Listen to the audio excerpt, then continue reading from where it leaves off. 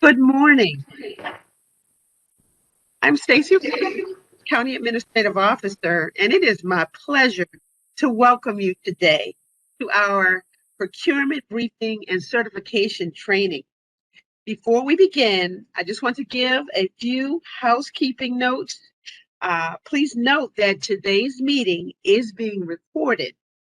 The recording will be placed on our website on the county's Office of Minority and Small Business Affairs for future viewing.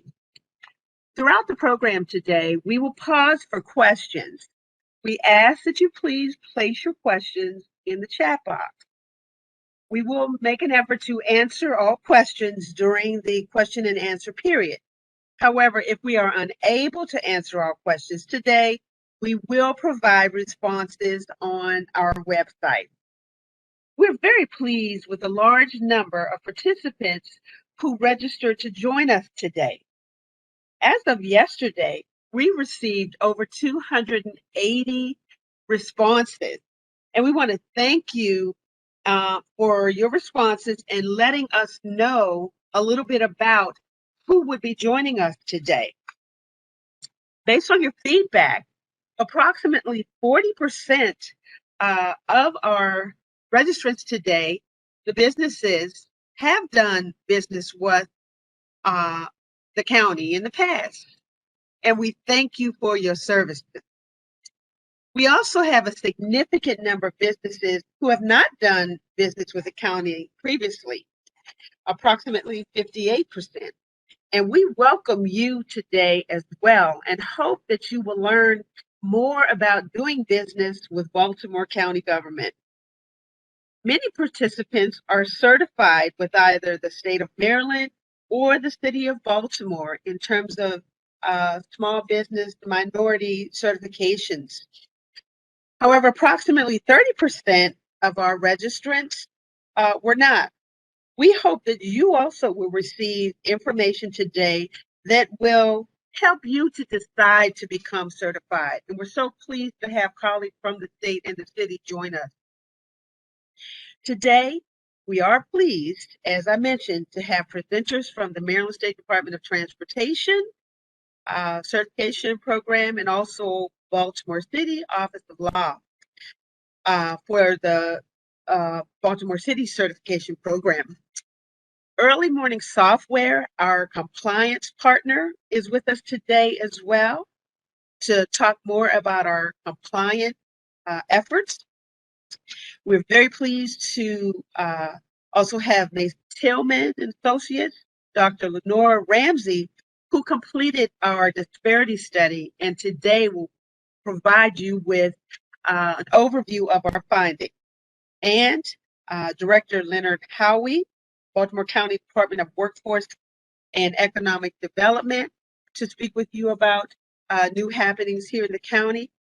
And we will also have Ms. Carla Tucker, our manager for diversity and minority business here in the county, to talk to you about what's new and provide you some insight that we are moving ahead with as a result of the disparity study.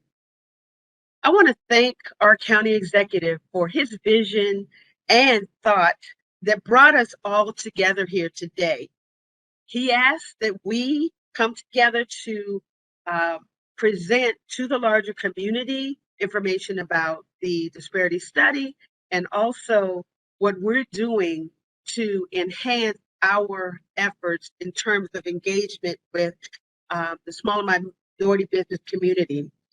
The 2019 transition report conveyed our need to create more access points for small and minority-owned businesses. And as a result, we have reflected in our countywide enterprise strategic plan, goal 3, equitable decision making, that directs us to make appropriate program adjustments in order to strengthen efforts to provide education, outreach, and networking opportunities to small and minority businesses. And we see this effort today as one of those steps to move forward in this program area. Equitable and fair decision-making are one of several of the county executive's core values that you will see and hear more about today. So I want to thank you again for joining us, because we are indeed open for business. Now, it is my pleasure to introduce our moderator for today, Mr. Troy Williams, our Chief Diversity and Inclusion Officer. Troy, I'll turn it over to you at this point. Thank you. Thank you, Madam CAO, and good morning to all of our attendees. It's my pleasure to have you join us this morning. I am Troy Williams, the Chief Diversity, Equity, and Inclusion Officer for Baltimore County, and I'm very pleased to serve as the moderator for this important briefing and training. This is an exciting period for growth with respect to DEI in Baltimore County. As Madam CAO mentioned, we have made this a value from as early as the transition plan in the early days of the administration. And it remains a critical part of our strategic plan. And it's led to a lot of growth in several areas with respect to diversity, equity, inclusion across the enterprise. But today we really want to focus our efforts on our DEI efforts in the area of minority, women, small and disadvantaged businesses. And so I wanted to let you know that we're being very intentional about expanding our capacity and improving our outcomes in this area. And so with that, I'm going to jump right into it because we have a full agenda today. And Madam CAO has given us a good overview of that agenda. And so I'm going to introduce the leader, the visionary that has brought us to this place and allowed us to expend our efforts and resources in ensuring that we have equitable outcomes in Baltimore County. And that is Mr. County Executive Johnny Olszewski. And so with that, Mr. County Executive, I am going to turn the floor over to you and have you provide us with your opening remarks. Well, thanks so much, Troy, and good morning to everyone. I really appreciate the introduction, and thanks for all that you're doing, leading our county's efforts on these critical issues of diversity, equity, and inclusion. It is a pleasure to join all of you for today's workshop, and I really appreciate your presence here today. Today, you'll be taking a comprehensive look with our team and our partners at our procurement systems here in Baltimore County. When I came into office as Baltimore County Executive, I was committed to doing all that we could to apply an equity lens to everything that we do. And that's as important in the procurement space as it is anywhere else in government generally, and certainly here in county government. I'm grateful for all the panelists for being here to share their expertise and help us chart a path forward towards a more equitable system. Dr. Ramsey and her team from Mason Tillman will share detailed information from our 2021 MBE-WBE Disparity Study. I believe Dr. Ramsey has directed all of 145 disparity studies since 1990. So we're thankful for her expertise as we reform our practices, and we look forward to that presentation today. I also want to thank Donna Stevenson from Early Morning Software to present on PRISM, our compliance software, which is a best practice tool for monitoring small and minority business programs. I know PRISM under Donna's leadership has become one of the largest economic development and diversity management portals in the world. So Donna, thank you as well. I want to recognize our partners at the state of Maryland and Baltimore City. Vashti Pyatt, thank you for being here from MDOT, and Stephen Campbell, the acting deputy chief for Minority and Women's Business Opportunity Office at the City of Baltimore. We are proud to partner with you, and we thank you for your presence today. You know, look, government has a responsibility to provide our residents, businesses, and visitors with top quality services. In our first 2 years in office, we've done all that we can to make Baltimore County more open, accessible, and transparent, whether it was launching BC Stat, our county's first ever county-wide performance management system, to creating our first online open budget tool. We are reshaping what open government looks like. And we have been committed to promoting transparency and accountability across our government. We remain focused on just that. And now we're continuing that work by reforming our procurement systems. Last year, we received the results of a disparity study that analyzed our practices during a 5-year period prior to this current administration. And I will let Dr. Ramsey and the Mason Tillman team go into more detail. But in short, that study found that minority and women-owned businesses were underutilized in the awarding of prime contracts and subcontracts from July 1st, 2012 to June 30th, 2017. Over 5 years, the county awarded 9% of its contracts to MBWE firms in 4 industries. But based on the number of available businesses in the market, it should have been closer to 38% of these awards. And so these findings confirm much of what we already knew of prior practices. They affirm the steps we've already taken to ensure greater opportunity for our minority and women entrepreneurs. And following the completion of this study, I also established a blue ribbon panel for procurement reforms, which is currently reviewing our processes and helping to further recommend reforms. But we're not waiting.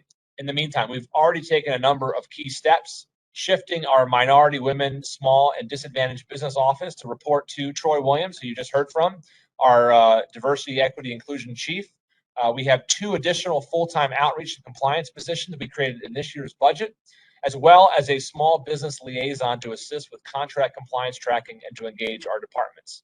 I mentioned earlier, we're expanding our use of PRISM to increase our focus on compliance and transparency, and we very much look forward to building on this work in the months and years ahead.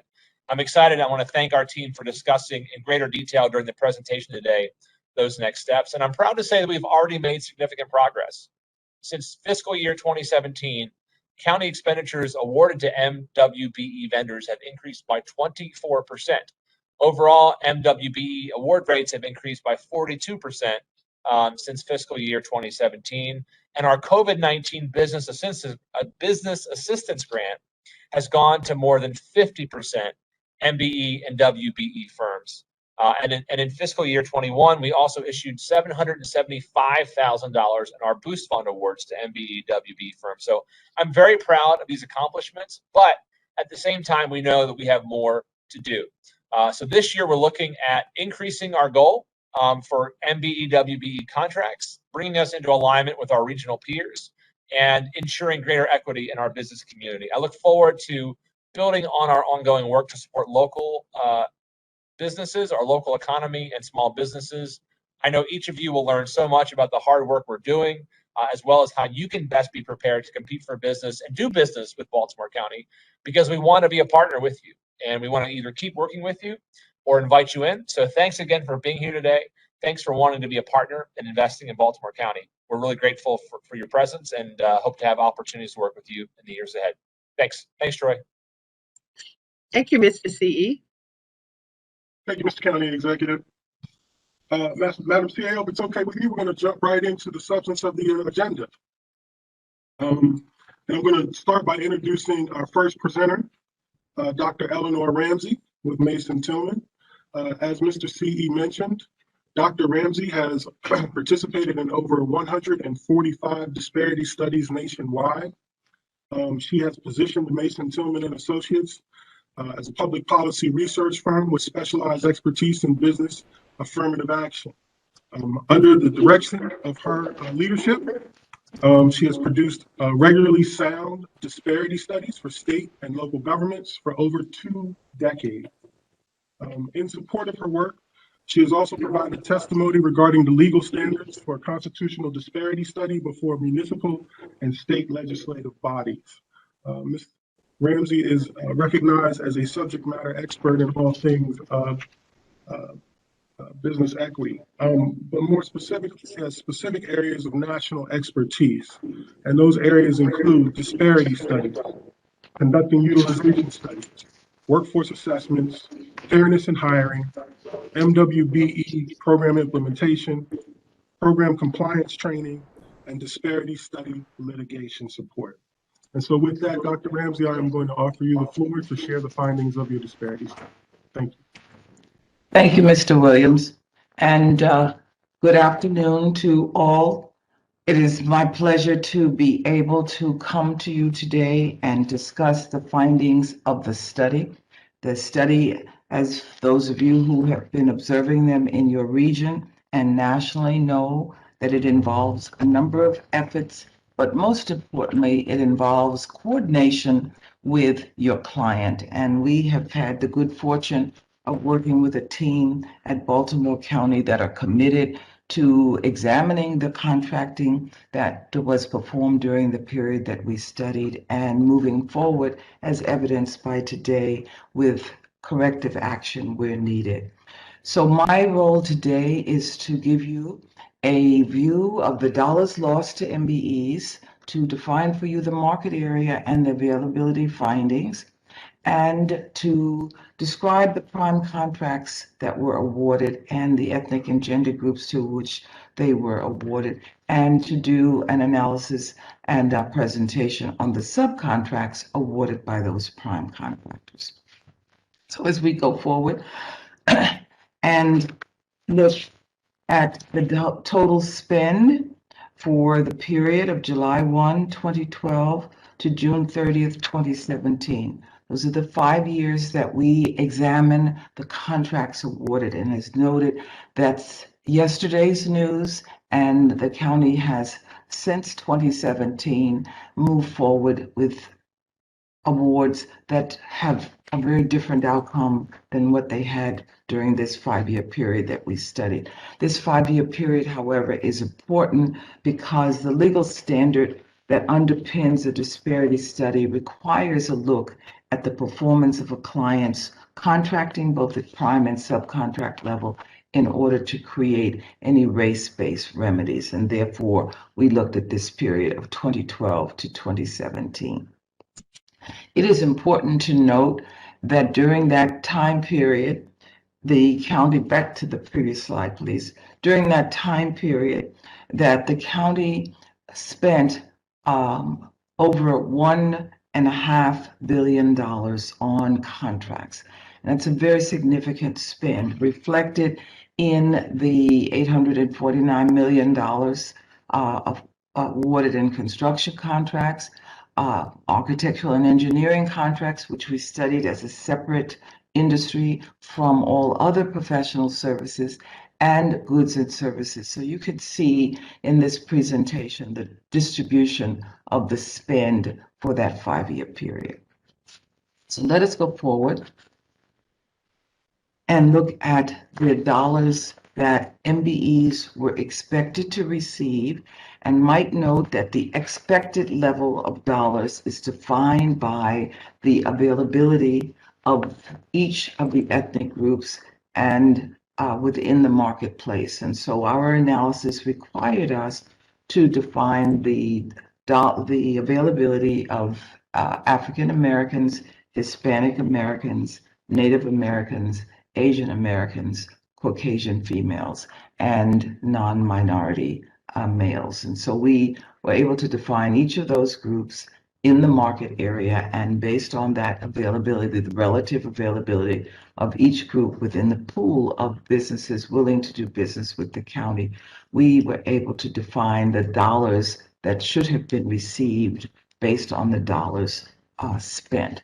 So here you see for MBEs, $674 million were expected based on their availability, and $105 million were received. So there was a 569, roughly, of $570 million were lost or otherwise not received by MBEs, and thus received by those non-MBEs. We have a similar finding for WBEs. While this study examined minority women and minority men, and if you have a chance to look at the report, you will see called out is the spend by gender within each ethnic group. We also looked at women, Caucasian women as a group. And again, there was an expected dollars based on the availability of Caucasian women in the market area. And you see in turn the dollars that were received. So they too lost $473 million were lost to that group because those dollars were not awarded to Caucasian women at the level that they were present in the marketplace. And so, I'm sorry, for the all females, and you can see a similar pattern for women when you separate out Caucasian females from all women. So this slide gives you a presentation of the dollars that were expected based on availability and the actual dollars received. And the difference is the dollars that were not awarded to the respective groups based on their availability. So let's look at contracts by industry, dollars lost respectively by industry. And here you see a similar pattern. So having identified the total dollars lost per ethnic group, and for Caucasian women and for all women. You can also see with this depiction what those dollars are as it relates to the construction industry. So you see the total dollars lost to MBEs in the construction industry compared to the total dollars lost for all females, which would mean in this instance that minority females are reflected in both groups because we are separating them out to illustrate the dollars that females lost, and then Caucasian females separated out in its own category. But again, the report has each of the ethnic groups loss by industry, and in this case, construction. So we also looked at architectural and engineering, applying the same principle of defining the expected level of spend at the prime contract level based on the percent of the businesses that were present that perform in the market area that performed architectural and engineering services. And again, you see a pattern where the expected dollars is greater than the dollars received, creating an underspend. That difference was determined ultimately to be a disparity between the use and the availability. And the reflection here, again, with architectural and engineering. We also looked at professional services that did not include architectural and engineering. So that design industry was separated out from all other professional services where formal license or training was required. And again, you see a similar pattern with the dollars that were expected versus the dollars received. So there is a consistent underutilization of minorities, all females, and Caucasian females. Goods and services, which is the fourth industry that we studied, has in turn a pattern similar to the other industries where the dollars received less than the expected dollars, and there is a notable difference between the dollars expected by for each of the groups compared to the dollars they were actually received. This analysis of the available businesses was done to first determine the market area in order to define the geographic area from which the enumeration of businesses that were willing and able to work for the county was performed. And so in order to determine the market area, we had to determine where the dollars were being spent by the county during the study period. And here you can see for the total dollars spent, the majority of the dollars are spent within the inside the market area collectively.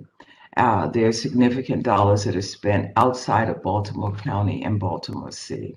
And we therefore, because we define the market area as Baltimore County and Baltimore City, it was within that geographic area that we enumerated the businesses that were determined to be willing and able. So if we look at our availability findings, you can see at the prime contract level that this depiction represents the percent of businesses enumerated in the Baltimore County, Baltimore City geographic area that were willing to do the county's business. And these businesses are divided by industry, as the findings are also divided by industry. And you can see from this depiction, in the case of construction, African Americans were 47% of the total pool of businesses that were identified within those two geographic areas.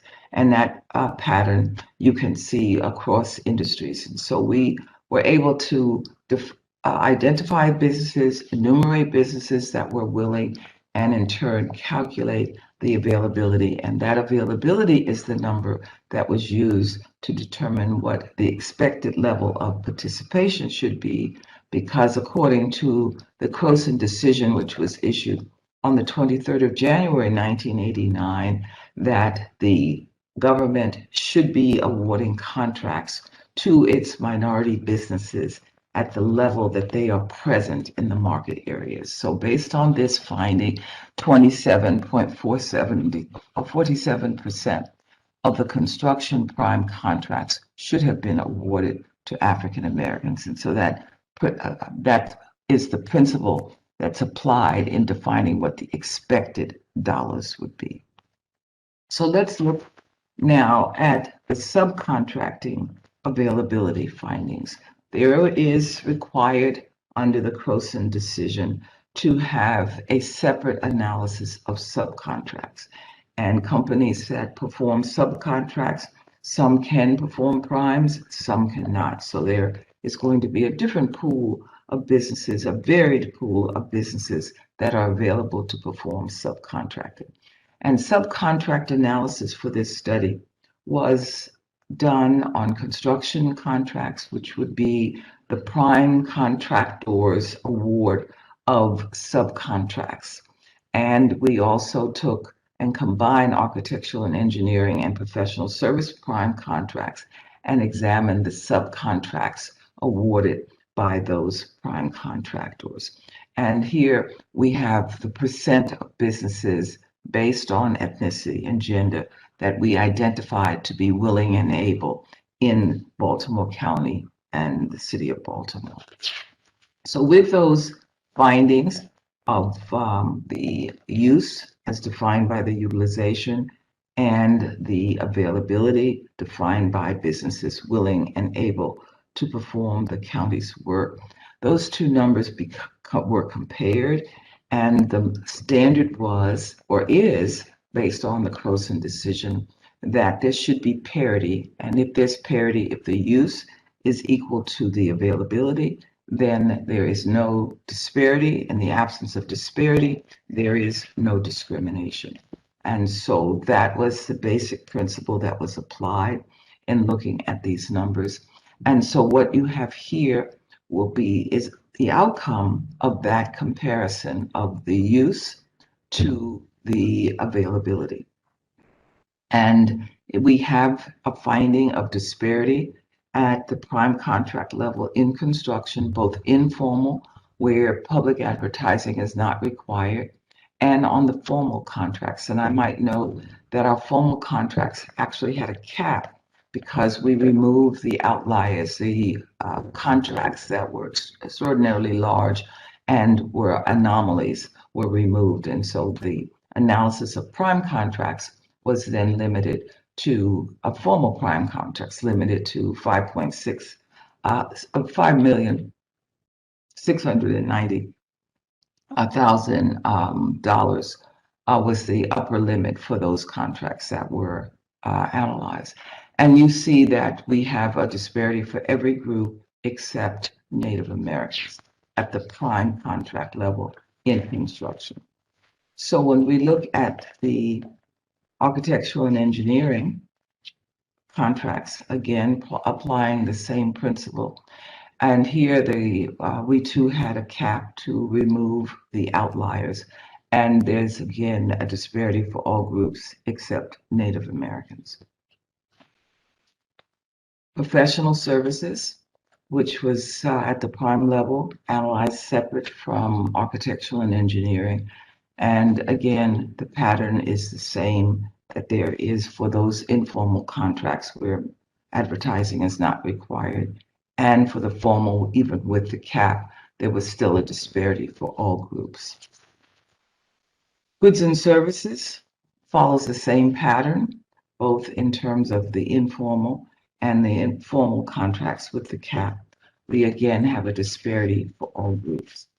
With the presence of a disparity, the court said that you can have a race-based remedy to address that disparity. In the professional service side of the analysis and programs, you are more limited to what you can do to correct it. But indeed, you can have race-based remedies in the presence of disparity. On the subcontract level, we did an analysis of two industries, as noted earlier. And here again, we found disparity, and we found a disparity for African Americans in construction and professional services. And for Asians, Americans, we found a disparity in construction. Hispanic Americans, there was a disparity in professional services. Native Americans, there was no disparity, nor was there a disparity for Hispanics in construction. Caucasian females were underutilized, and because the legal standard for women is different, it's a intermediate standard, and it's in fact not the same level of strict scrutiny that must be applied to race. An underutilization would allow for race-based, or in this case, gender-based remedies for Caucasian females. And that fact exists because the Croson decision, which was a court's review of the City of Richmond's minority business program, did not take into consideration the use of women by the City of Richmond. And thus the standard that evolved from Croson, which is strict scrutiny, requiring a statistically significant underutilization, does not apply to women. So underutilization is sufficient for women to be a participant in a gender and race-based program. There is, however, for Caucasian females, a statistical disparity at the professional service level. And so those are disparity findings flowing from the research that we did, providing for the county a predicate that can be used to provide and apply race in the programs that are under consideration and being developed, and allows for a stronger, more robust program to address the findings that were identified in this study. And with that, I'd like to turn the program back for questions and answers. Thank you, Dr. Ramsey. You all will note that we've asked you to place any questions that you may have about any of our presentations in the chat box, and we will take a pause to actually answer those questions. So I'll give folks a minute or so to place any questions they may have in the chat box.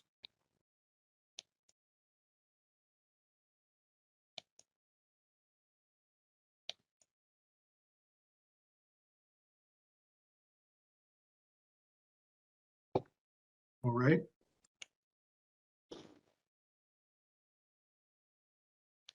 Being no questions at this time, we will move forward in our agenda. We will have a presentation from Carla Tucker, who was our MBE WBE Business Unit Manager. Prior to coming to Baltimore County in 2007, Carla served 21 years with the state of Maryland as the program manager for the Maryland Department of General Services, where she played a key role in the development, implementation, and daily operation and oversight of Maryland's award-winning eMaryland marketplace. In her role with the county, Carla oversees the daily operations and the Baltimore County MBE WBA SBE programs, and is the chair of the county's procurement review group. She has recommended the incorporation of various economic benefit programs and county solicitations, to include the county's First Source Hiring Program and Maryland's Small Business Development Financing Authority Surety Bond Program.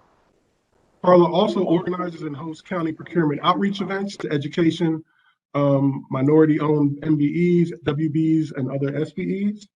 And she's also a member of the Maryland Public Purchasing Association, where she currently serves as a procurement advisory council to the board. And in 2011, she received both the MPPA Presidential Service Award and the Distinguished Service Award for her dedication to service. 2014, she received the Perrin J. Mitchell Gladiator Award. And with that, I will turn the floor over to Ms. Tucker. Carla? Thank you, Troy. And I might add, before Carla begins, we want to publicly thank Carla for her hard work. Since my arrival in the county in 2019, Carla has tirelessly worked and moved things forward. And Carla, I just want to say publicly how much we appreciate you. On behalf of the county executive and the leadership team, we want to publicly thank you for your work. Thank you so much, Stacey and Troy. I appreciate it. Thank you so much. Good morning, everyone. Thank you. Good morning, everyone. This morning, I'm going to go over some updated policies and procedures that we have prepared for discussion as a result of the responses to the disparity study.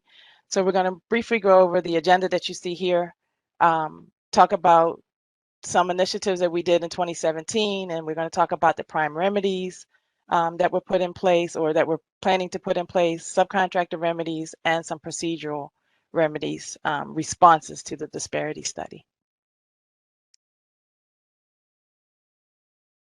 So for those of you who may not be aware, in 2017, we did have an Open for Business initiative that we implemented some things that you may not be aware of. So this is just a cursory review of what you may have missed in 2017. I don't want to spend a whole lot of time here, but this, again, this presentation will be available online and you'll be able to see that. But what we want to focus on this morning is what we're going to do moving forward. So some of the things that we have done from 2017 to 2020, last year, actually, our Public Works construction contracts actually revised pre-qualification again. They revised it in 2017, but they revised it again last year to allow newly formed businesses to utilize the work experience of the principal officers and owners of the company to count towards the qualification criteria. So that's something new that businesses who could not previously be pre-qualified may now be able to be pre-qualified in the construction arena for prime contracting opportunities with the Department of Public Works. In 2020, Baltimore County implemented the Disadvantaged Business Enterprise Program as a result of transportation funds that were received from the Maryland Department of Transportation. So we now have a Disadvantaged Business Enterprise Program that we did not have before. Economic benefit factor revision. With economic benefit factor in Baltimore County, the revision is how we apply the request for proposal evaluation criteria. So it's not a change in the criteria itself, it's just how we are evaluating it that's actually changing. So moving forward, what we're going to do or looking to do is to establish a small business preference program as well as a small business reserve program in Baltimore County.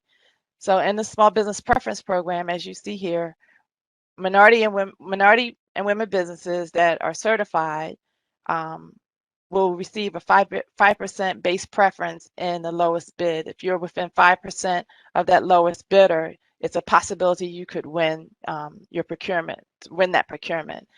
If you're a veteran-owned business and a minority business, you would add 2% to that 5% and to get a total of 7%. If you're a disabled veteran-owned business, you would add 3% to the 5% to get a total of 8%. But if you are only veteran-owned or only disabled veteran-owned, you would get 2 or 3% respectively. Under the Small Business Reserve Program, this program will be replacing the current small business purchase program and the tiering process. So we are looking forward to making that change. We quickly identified some issues with the small business purchase program as it was currently written. So we are moving forward with a change to that program, and we will be designating procurements for certified small businesses. Again, this is the economic benefit factor. So the maximum points that could have been assigned was 10 points. And so what we're doing now is we're going to take this 10 points and we're going to break it down into these categories. The previous way that we were evaluating it, if you met any one of these criteria, you received the full amount. Well, we're changing that to assign a percentage to each one moving forward. So that is the only change, is just the assigning of the points. Under the subcontractor remedies, as you heard the county executive mention, we are reviewing an increase in the MBE-WBE goal. So for those of you who may not be aware, we are already currently assigning subcontract goals on a contract by contract basis. With the increase in the subcontract goal, we will also be looking to assign sub goals and using the standard of what the state of Maryland is currently using. but we don't have the defined goal amounts yet. We're going to increase, we are also going to limit the percentage that can be used for material suppliers, brokers, and transportation of goods to a project, right? So what we're going to do is similar to the state of Maryland and the DBE program, we're going to put a percentage cap on how much of that percent can be utilized for these areas. We're also looking to provide access to capital. So where project mobilization costs are being advanced to the prime contractor, we are going to also have the contractor advance project mobilization costs to the subs so that they can ramp up for the project as well. The boost fund will be available, is currently available to Baltimore County through Baltimore County Economic and Workforce Development, which is a low interest loan program that you'll hear about in the next presentation. And then in we have a prompt payment policy that we had to establish in the DBE program. And with that prompt payment policy, we're going to also adopt that policy for the MBE WBE program so that primes get paid for their services faster, a little faster than what they are now. It won't be a pay when paid scenario, which is what the scenario is right now. So under some procedural remedies, what we're doing, we're going to expand our capacity of oversight, policy, and training across the enterprise. So we're looking to establish the small business liaisons at the department level that will be trained by our office, and they will also assist with tracking compliance. We're going to expand the PRISM one-stop program compliance tool that you'll hear from Early Morning Software shortly to track while we're currently tracking contract compliance, we're going to expand it to also track prompt payment. We're going to automate the pre-qualification application process so that it's not a paper application process. And then you'll be able to search the database more easily. We're also going to be tracking prevailing wage, as you'll hear about that shortly as well. And the workforce local hire tracking will be all tracked through PRISM. We're also going to be reviewing and advocate for proposed legislation to improve the program effectiveness. And we're going to continue our collaboration with Baltimore County Economic Workforce Development, Small Business Resource Center, and other strategic partners to help build capacity for small businesses. So here are some of the policies that we wanted to highlight as well, policies that are in line with the state of Maryland procurement best practices. Why this is important to you, one of the things that I have learned over the years is that many people aren't aware of some of the resources and things that are available to them currently. So if you understand them in one jurisdiction, you would understand it in the next jurisdiction, which is why the Maryland Small Business Financing Authority Surety Bond Program was incorporated into the solicitation process. So a contract that requires bonding in Baltimore County, there's language in the solicitation that tells you what to do if you need to try how to apply or where to go to apply for the bond qualifications in the state of Maryland for small businesses. We count MBE, WBE primes up to 50% of the goal, similar to that of the state. Again, economic benefit factor was taken from a state of Maryland best practice. The Small Business Preference Program, the Small Business Reserve Program, the goaling, and the identifying of the small business liaisons, as well as prevailing wage, are all state of Maryland best practices that we in the county are looking to model after. So our immediate next steps, as the county executive mentioned, we are in the process of hiring 2 minority business enterprise management analysts to assist with contract compliance. We will be updating and creating our program manual, updating it with the new programs that we're putting in place, as well as our goaling. We're going to incorporate it into the purchasing manual, and then we're going to train enterprise-wide how to do business with Baltimore County. So if you call a number in Baltimore County, they should be able to direct you back to either the MB liaison in there or the small business liaison in their department or to my office. And we're going to coordinate with Baltimore County Economic and Workforce Development and implementing a small business training program. Oops, sorry. And with that, I am actually finished my presentation, and I will turn it back over to Troy. Welcome back after our break. Several housekeeping items that we want to announce to try to mitigate the technological issues that we're experiencing. Number one, you should be receiving, if you have not received it as of yet, a copy of the slide deck so that you can follow along with us, those who are unable to log in on the platform and be on camera or see the slides. Again, you should be receiving a slide deck so that you can follow along. We do apologize for the inconvenience, but we are unable to mitigate the access issue with the WebEx platform at this point.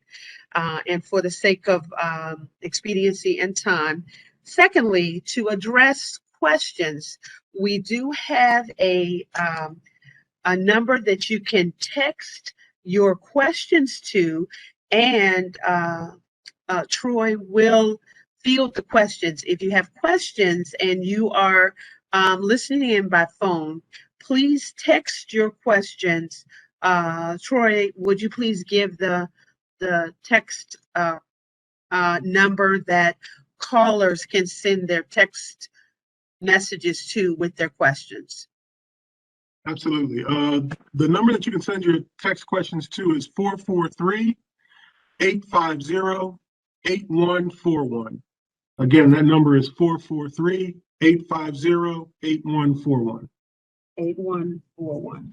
Okay, again, we do apologize. The entire presentation will indeed be on the website. We will post it so those who have the opportunity to view it at a later date in its entirety will have the opportunity to do so.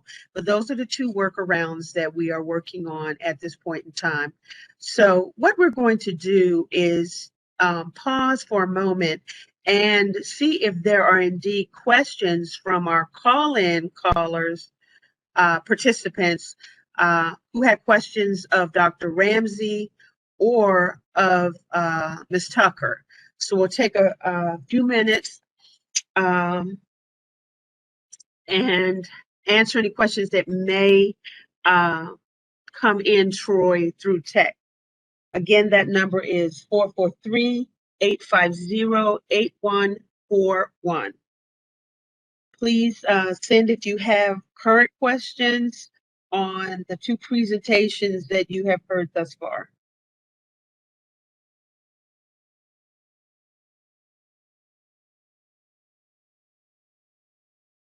And Troy, just let us know if you get text messages.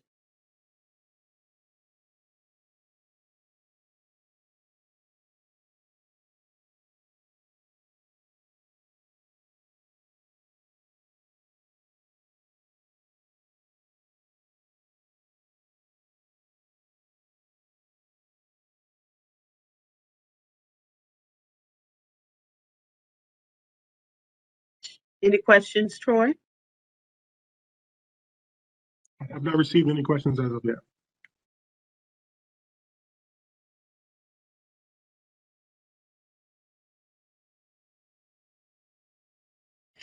All right, well, we'll continue. Ms. Tucker, are there additional comments that you need to make on immediate next steps?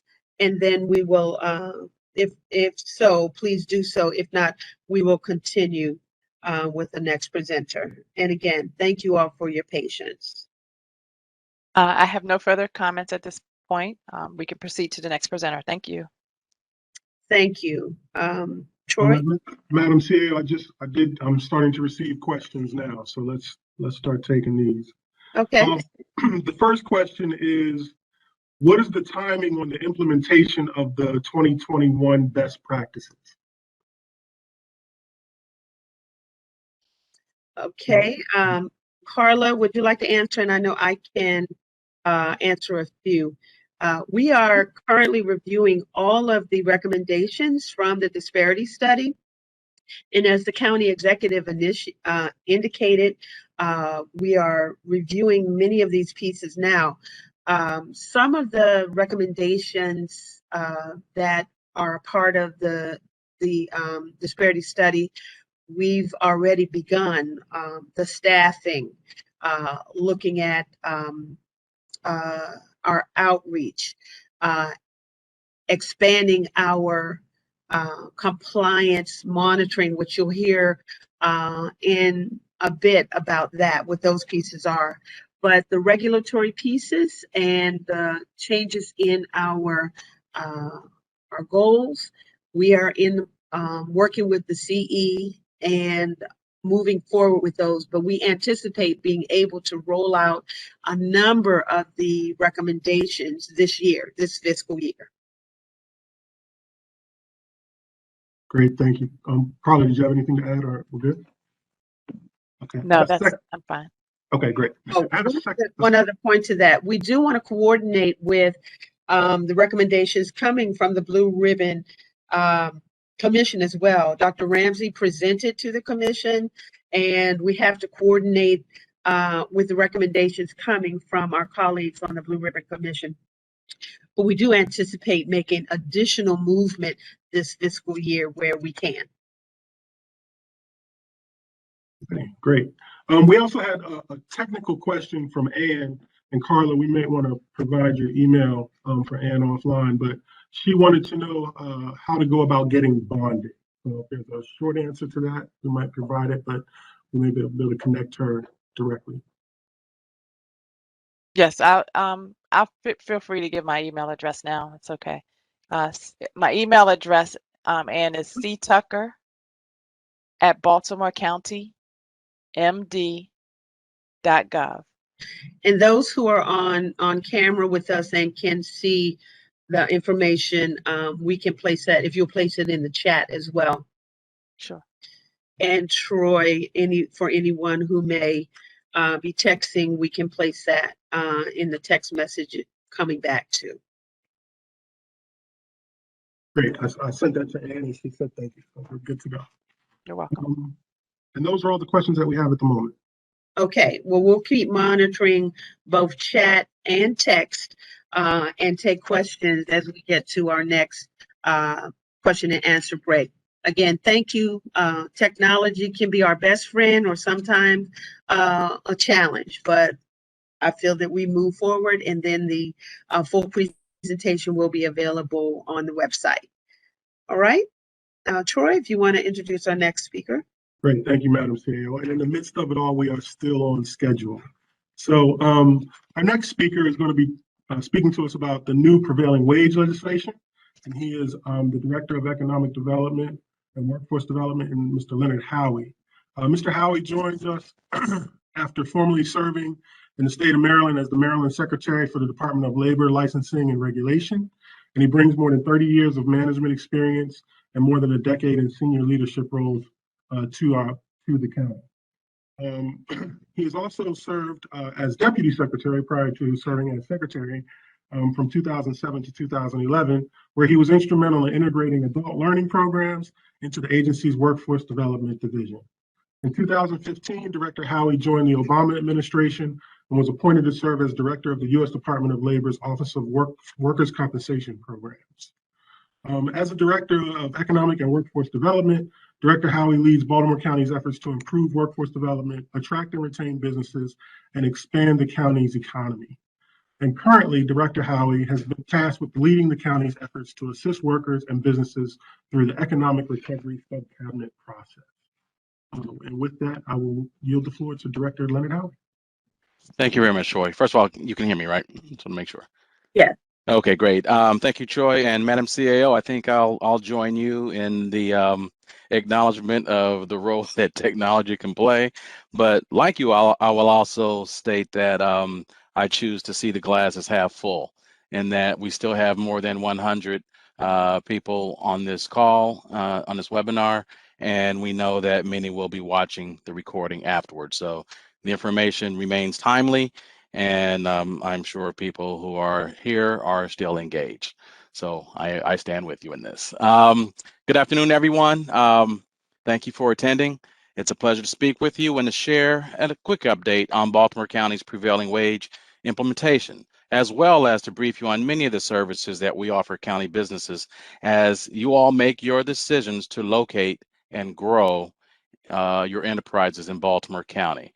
Now, there was really a lot of good information provided by Dr. Ramsey and Carla in the earlier sessions, and I hope that as a result of listening to that information, that you actually are even more motivated to seek contracting opportunities with the county.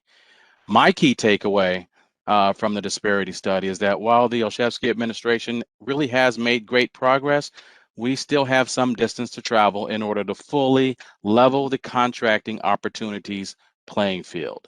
In fact, I think that the leveling objective was a central reason why our county executive worked with the county council to pass our prevailing wage legislation. When implemented appropriately, we know that prevailing wage programs are effective tools that can help to level the playing field for both workers and for contractors. More on this point in just a minute. Just want to take a 1 minute to review just a quick understanding of what we mean when we say prevailing wage. If you just look at a simple Webster's dictionary definition, prevailing is something that is accepted, used, or practiced by most people. In the world of wage programs, prevailing wage does not represent a minimum wage, which are rates that are set by governments. Prevailing wage does not define a living wage. That too is a rate governments base on a series of cost of living indices. In this context, prevailing wage simply refers to the wages that most employers pay workers to perform specific tasks on specific projects. Next slide, please. As you can see that the law was passed in October of 2020, and I'm sorry, go back to the previous slide. The key feature of that law is really found in the second bullet. And that second bullet reads that the new legislative requirements requires the payment of prevailing wages on county-funded capital improvement projects in excess of $300,000 and county-subsidized capital projects receiving over $5 million in assistance.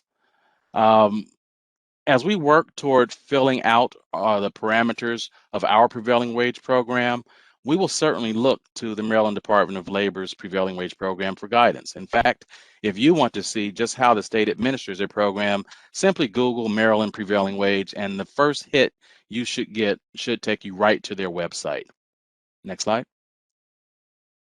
Now, as with many wage programs, as well as any program that's governed by any type of regulatory rubric, it can be instructive to look at what a program does not cover. As you look at this slide, you should notice that the main theme is that projects where an instrumentality of government really has more than an administrative role in the project. It's something directly for government's need, for the people's need. The prevailing wage law does not apply. In short, the needs of the government frequently to expeditiously engage in a project will generally supersede the requirements of wage programs. Now, when you compare our features with that of the state, one thing that should jump out is the contract threshold. The state uses $500,000 as the amount that triggers the prevailing wage requirement, whereas when you look at the types of contracts that the county typically pursues, we believe that a $300,000 threshold is actually more representative of the opportunities that exist within the county pipeline. And this $300,000 threshold should produce far more opportunities for businesses, for contractors and subs to engage in work with the county. Next slide, please. Now, as I alluded to earlier, the prevailing wage laws benefit both workers and contractors. Workers receive higher and more stable wages, which helps provide a level of income that helps more and more Marylanders reach the middle class, which is a good thing. For contractors, Prevailing wage laws promote equity in the bid process. If a contractor is going to lose out on a bid, I think most would prefer the reason to be that their competitors simply had a better process, produced a higher quality final product, or some other reason that points the way for refining their own operations in order to be more competitive. What contractors don't want is to lose a contract because they were underbid because a competitor somehow found a labor source that was willing to work for wages below what the market typically provides. In Baltimore County, we want to promote a contracting system where the bidders are on equal footing and where, quite frankly, the best proposal wins. Here are just a few examples of what Baltimore County's prevailing wage program will require. First, as you see in the second bullet, contractors will need to make sure that they classify their workers appropriately. You can't hire someone to perform highly skilled work and then classify them in a lower level occupational status. To do so would artificially lower the rates paid to those workers, thus creating an improper and, in many cases, an illegal advantage in the bidding process. Next slide.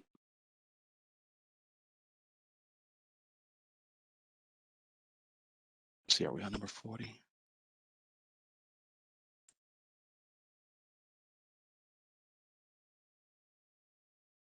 Okay, for what slide number are we on? I can't see the number. It doesn't show the numbers. It's who benefit.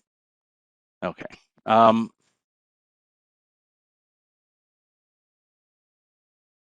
prevailing wage programs, do we have the way? Go to the next slide, please. Okay, that's it.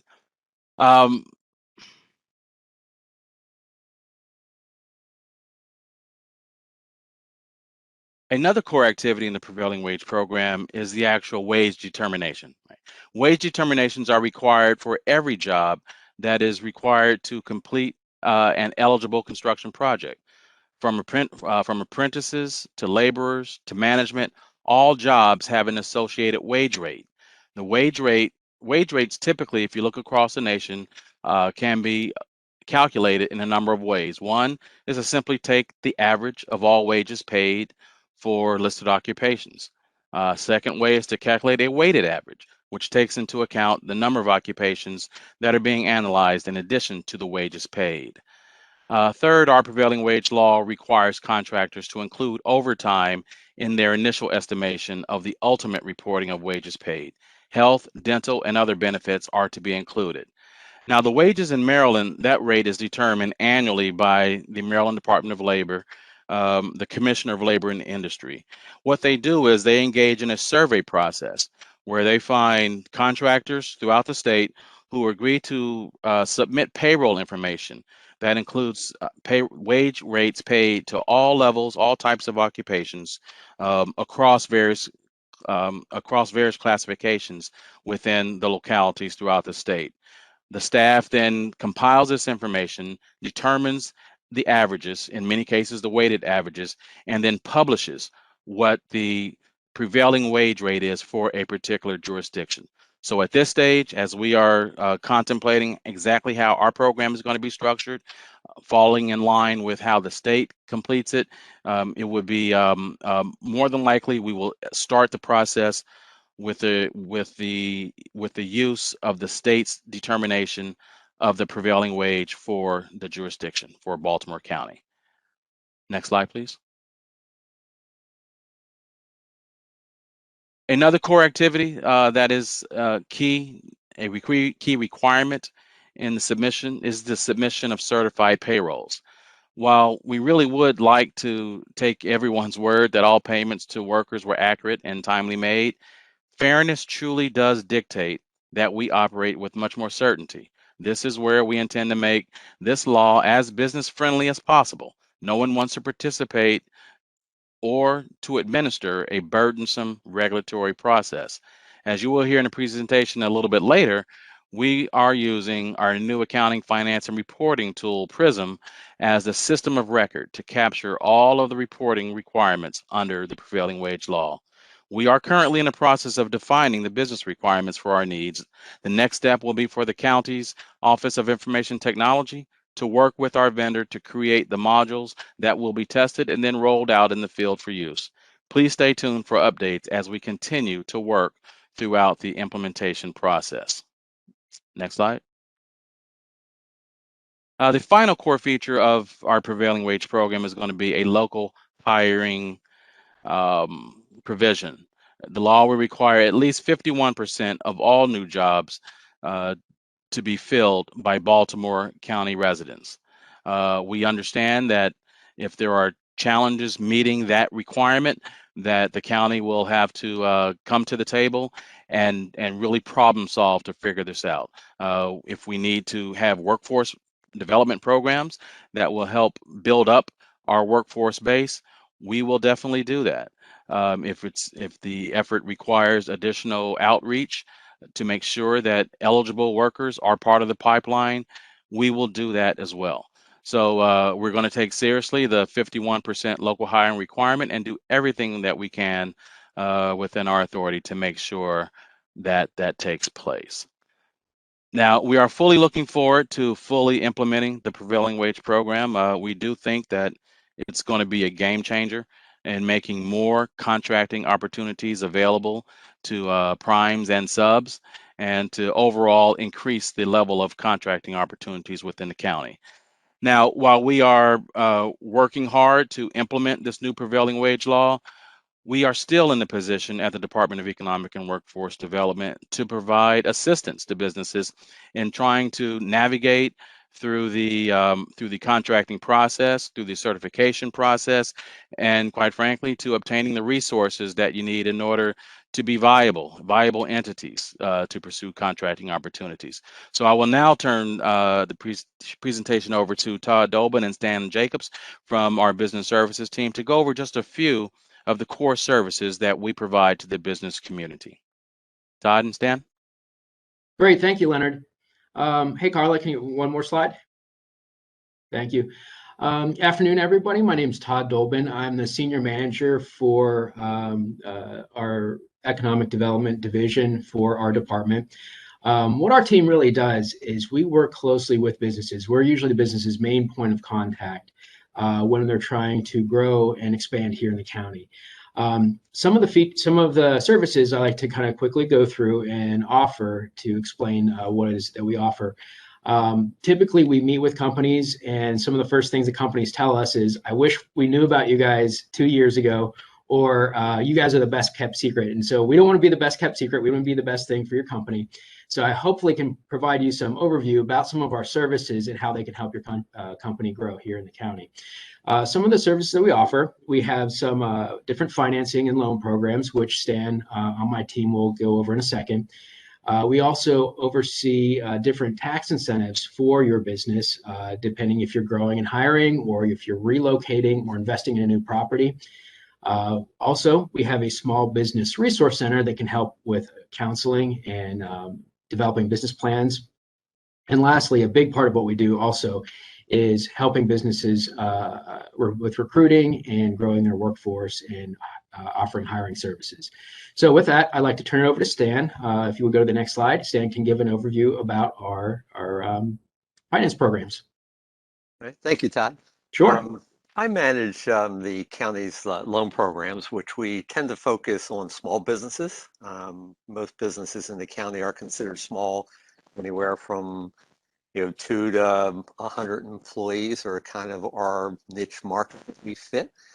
What we try to do is provide gap financing. So what we would encourage businesses to do would be to reach out to a commercial bank first and see if they are able to obtain the financing that they're looking for. If they can't, you then are certainly welcome to reach out to the county, and I can help guide you through either some county programs or some state programs or federal programs through the Small Business Administration. My role is really to guide a business and help them obtain financing. We do manage, you can flip to the next, thank you. So we do manage some programs directly from the county, which we get from some state and federal funding sources. And these funds can be used for working capital, can be used for acquisition of commercial real estate, can be used for leasehold improvements if you're leasing space, can be used for equipment that you might be using in your business. We tend to focus the loan amount in the range of 50 to 250,000 in size. Again, we do participate with banks all the time. We're always willing to subordinate our collateral position to the bank, so that the bank is willing to do their financing, and then we would come in behind them with a secondary loan and lien. Our loans, term-wise, would max out at about 20 years for our traditional real estate acquisition deal. For a working capital transaction, we would normally cap out at around a 10-year term. What we try to do is focus on the life expectancy of the equipment. So if it's financing equipment, which would be computer-based, it's probably going to have a shorter lifespan because you're not going to have a computer system for 10 years. They usually drop off in 3 to 5. Current interest rates are right around 2.5% fixed for the term of the loan. So it's pretty attractive financing. One thing we do require is collateral. We also require personal guarantees. One thing I would strongly encourage is that the business owner be very cognizant of their personal credit score. You know, banks traditionally won't lend to anyone that has a personal credit score under 650. We'll drop down to about 625. It's about the lowest we can do. Anything lower than that, you know, the likelihood of getting repaid is greatly reduced. I had mentioned we have a small business resource center.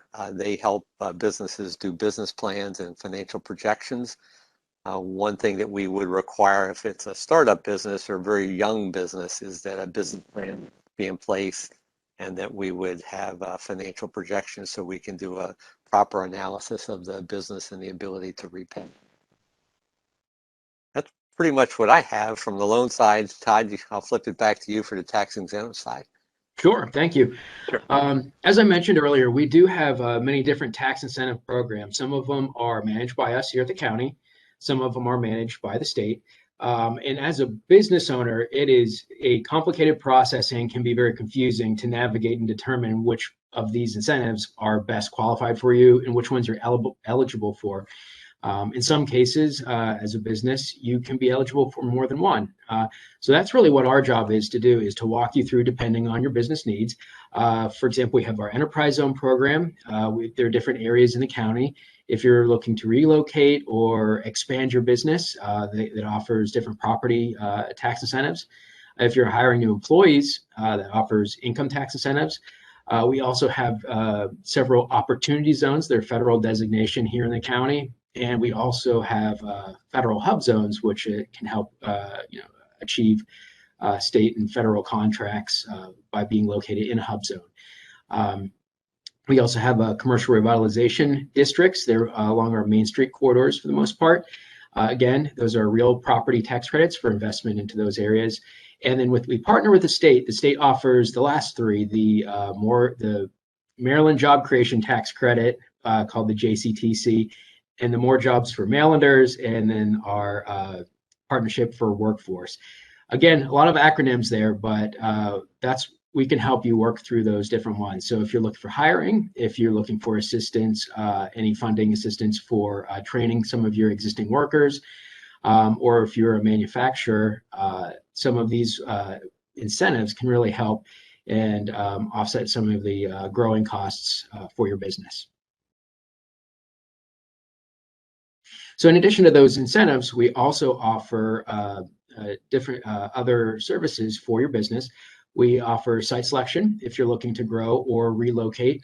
We have a team that can identify some sites for you depending on your location or the size of facility you're looking for. We can help connect you with other businesses to help improve your supply chain. Also the county, and we can help you navigate through the county and state procurement process, provide some advice on that, and just general county process guidance as well. Navigating through the county can be complex, and that's really our job to help you. We can be your shepherd and your guide to moving through if you're going to be doing any type of development, or if you're looking to grow or relocate we can help you through that process as well. In addition, so the way our team is structured, we have a small business resource center, which is usually the first spot for someone if you're looking to grow your business, if you're a small business, or you have an idea to start a business. We have Kim Taylor, who is our small business resource center manager and counselor, and she can help you pretty much with anything. If you have an idea to start a business, you can get a business license, going through the process for the minority or women business certifications, drafting and critiquing business plans. As Stan mentioned, we have funding. Working with our small business resource center, we can help you identify funding either through us or through our local banks and what you need to be able to obtain that funding.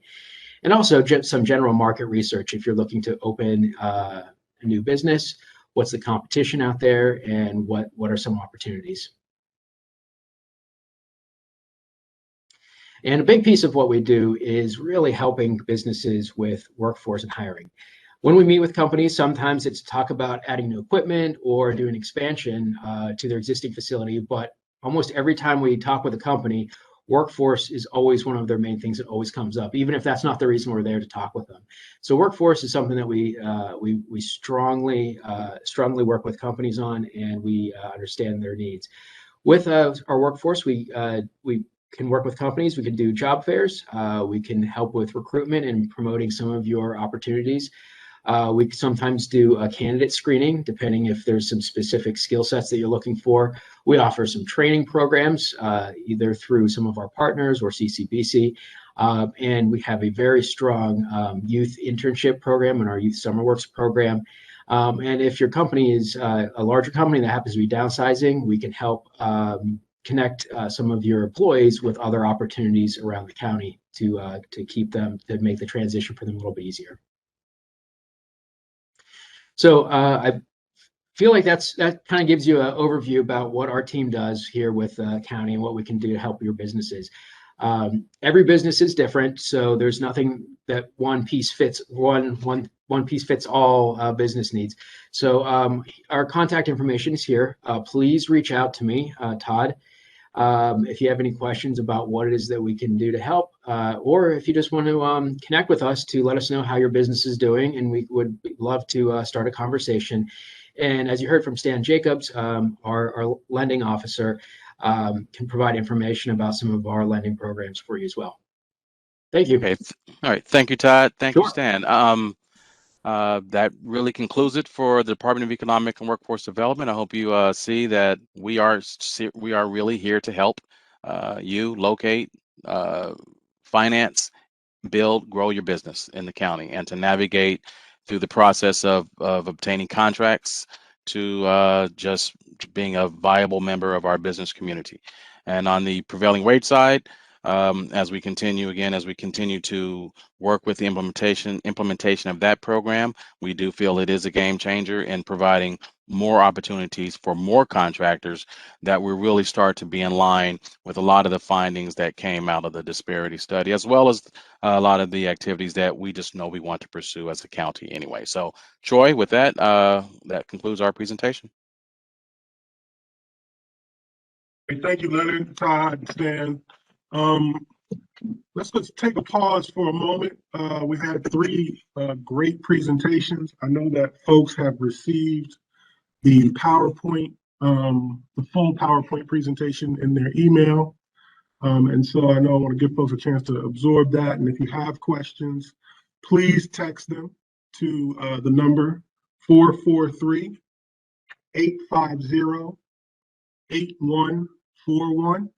Again, 443-850-8141. And if you have not yet received the PowerPoint email, please be sure to check your spam and or junk folder, because in some instances they have gone there as opposed to directly to folks' email addresses. Two other quick points. For those who were able to make it in and are on the platform with us, please remember you can place your questions or comments in the chat. So individuals who are on the platform, the texting is for the majority of our call-in colleagues who were not able to get on the platform. We still have the chat feature available for those who did make it onto the platform, because we have a number of individuals who were able to get in if there are questions or comments. Great, thank you, Madam CEO.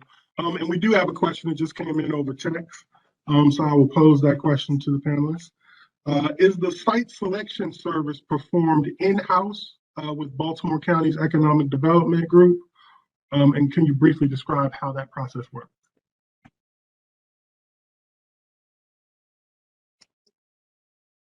So this is for Leonard and team. I'm sorry. Okay, Todd, go ahead. Yeah, can you repeat that question again? I'm sorry. Sure. Is the site selection service performed in-house with Baltimore County Economic Development Team? And if so, can you explain briefly how that process works? Sure.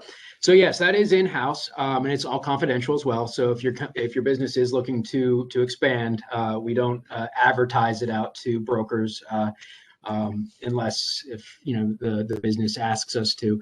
What we use is a national program. It's called CoStar.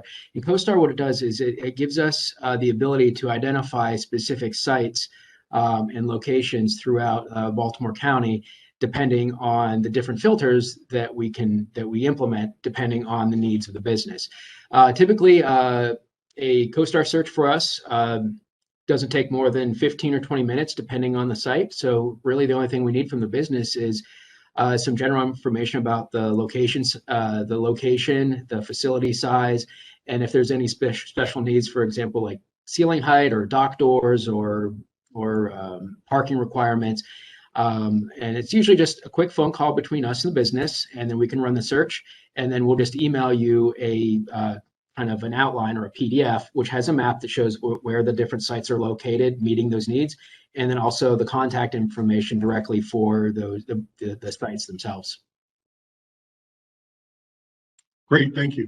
I had a second follow-up question for you all. Is the Small Business Resource Center open for walk-in appointments or virtual? And if they are virtual, how can someone contact them for an appointment? Sure. So yes, we are open for both virtual or walk-in. Our counselor, Kim Taylor, you can email her directly. It's ktaylor, KTAYLOR, at baltimorecounty.md.gov. It's the same end as our email addresses here. She can also sometimes goes to different libraries or also can meet at the chamber. So if you're located anywhere in the county, usually we have the ability to go and meet you either on site or at one of our different locations throughout the county. Our Small Business Resource Center office is actually located here in Towson, but like I said, you're able to meet virtually or in person here in Towson or close to where you live or work. Great. And there's only a single person available there? That was a follow-up question. Yes, right now we have one counselor, Kim Taylor, but we're looking to grow that probably in the next few weeks. Okay, great, thank you. Alrighty, I don't have any other questions in chat, and I don't see any other questions via text. So with that, again, I want to say thank you. Troy, I have a question. Sure. Can Ms. Tucker and Director Howie talk a little bit about what they envision the partnership around the small business resource effort, combining efforts there? I know Ms. Tucker referenced it in her presentation, and Director Howie's team talked about the Small Business Resource Center. Yeah, there's actually a third potential partner in this process as well. When you look at Baltimore County, our economic development function really does have legs in two departments. One is ours, Department of Economic Workforce Development, and the other is the Department of Planning.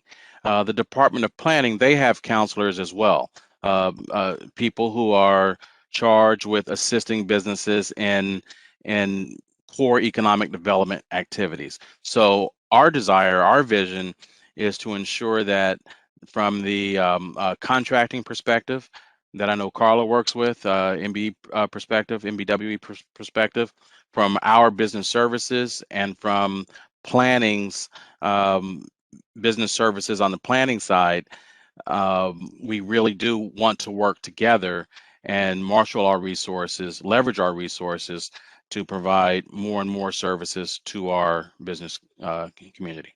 Carla? Yes, and what I'd like to add to it is that I do understand that in the procurement process, sometimes minority and women-owned businesses and other small businesses have difficulty responding to bids. So I'd like to also bring into the partnership some of our other state agencies, such as the Maryland Procurement Technical Assistance Program, bring in the Maryland Small Business Financing Authority with respect to the surety bonding to help educate people on the services that they provide to help make them successful in the procurement process. So those are some of the key areas, but we have to reconnect with those individual entities to move this small business. I'm going to call it a Small Business Institute. I hope that's okay, Leonard. Move that Small Business Institute moving forward. Sounds good. Sounds okay. good. Thank you. Thank you very much. More to come on that as we move further down the path.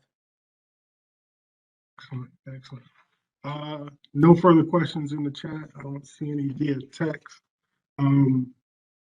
So with that, we're going to move into some of the implementation, pragmatic resources side of our presentation this morning. Oh, wait a minute, pause. I had a comment here. Okay, sorry, it's a technical issue. I'll follow up on that. So we're going to move into some of the technical stuff in terms of how we're going to enhance our compliance efforts here in the county. And we're going to start with discussing the PRISM compliance management system. And for our callers listening, this does have a page number.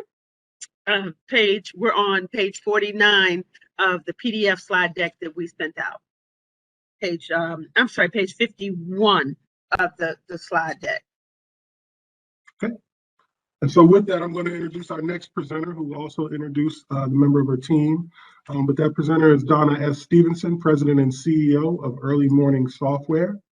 Ms. Stevenson is a co-founder and Chief Executive Officer of Early Morning Software, which manufactures the PRISM compliance system, which is one of the nation's most comprehensive supplier diversity contract and labor management software platforms. As an economic inclusion and industry leader, Donna consults mayors, procurement officials, and diversity managers in elevating outcomes with respect to diversity, equity, and economic inclusion throughout the country. Under Donna's leadership, PRISM has grown to be amongst the largest economic development and diversity management portals in the world. As a result of her work, Ms. Stevenson has received numerous awards recognizing her innovation in technology and accomplishments in diversity and economic inclusion, such as the 2018 Maryland Top 100 Women, Black Caucus Entrepreneur of the Year, Top 100 MBE, 2008, 2012, and 2016, and the U.S. Department of Transportation Woman-Owned Business of the Year, and locally, Baltimore County Government WBE of the Year. And so with that, I will turn the floor over to Ms. Stevenson. Thank you for being here.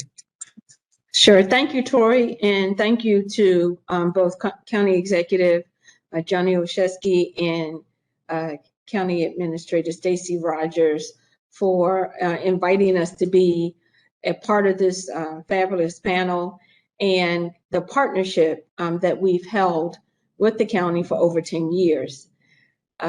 With Executive Order introduced back in 2020 by County Executive Jim Smith, the county began leveraging PRISM to manage the Minority and Women Business Enterprise Program.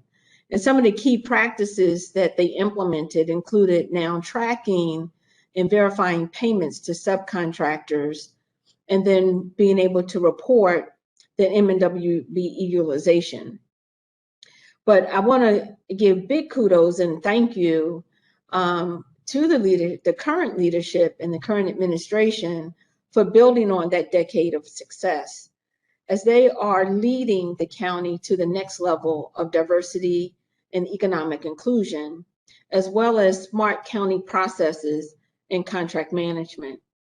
The PRISM capabilities being introduced are going to expand the county's ability to manage their diversity and inclusion efforts, and their ability to demonstrate the county's leadership commitment to address the barriers that have been identified in the procurement processes that the Mason Tillman team has articulated earlier today, as well as to increase the participation of small, minority, and women-owned businesses in the county's contracting.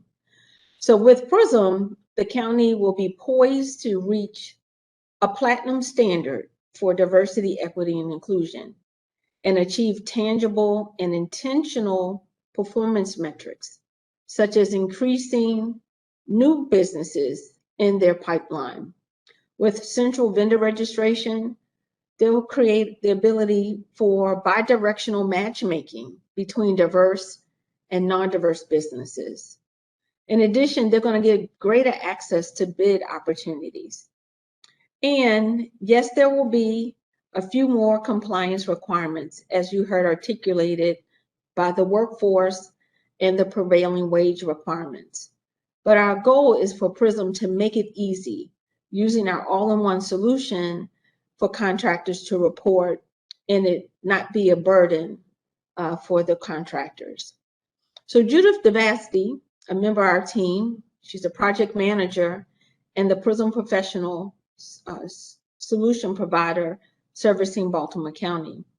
She's going to come up next and she's going to provide an overview of the upcoming capabilities that PRISM is introducing to make it easy for contractors to prepare and submit their credentials for qualifying as contractors, to submit payrolls and other reports for meeting the county's contract compliance requirements.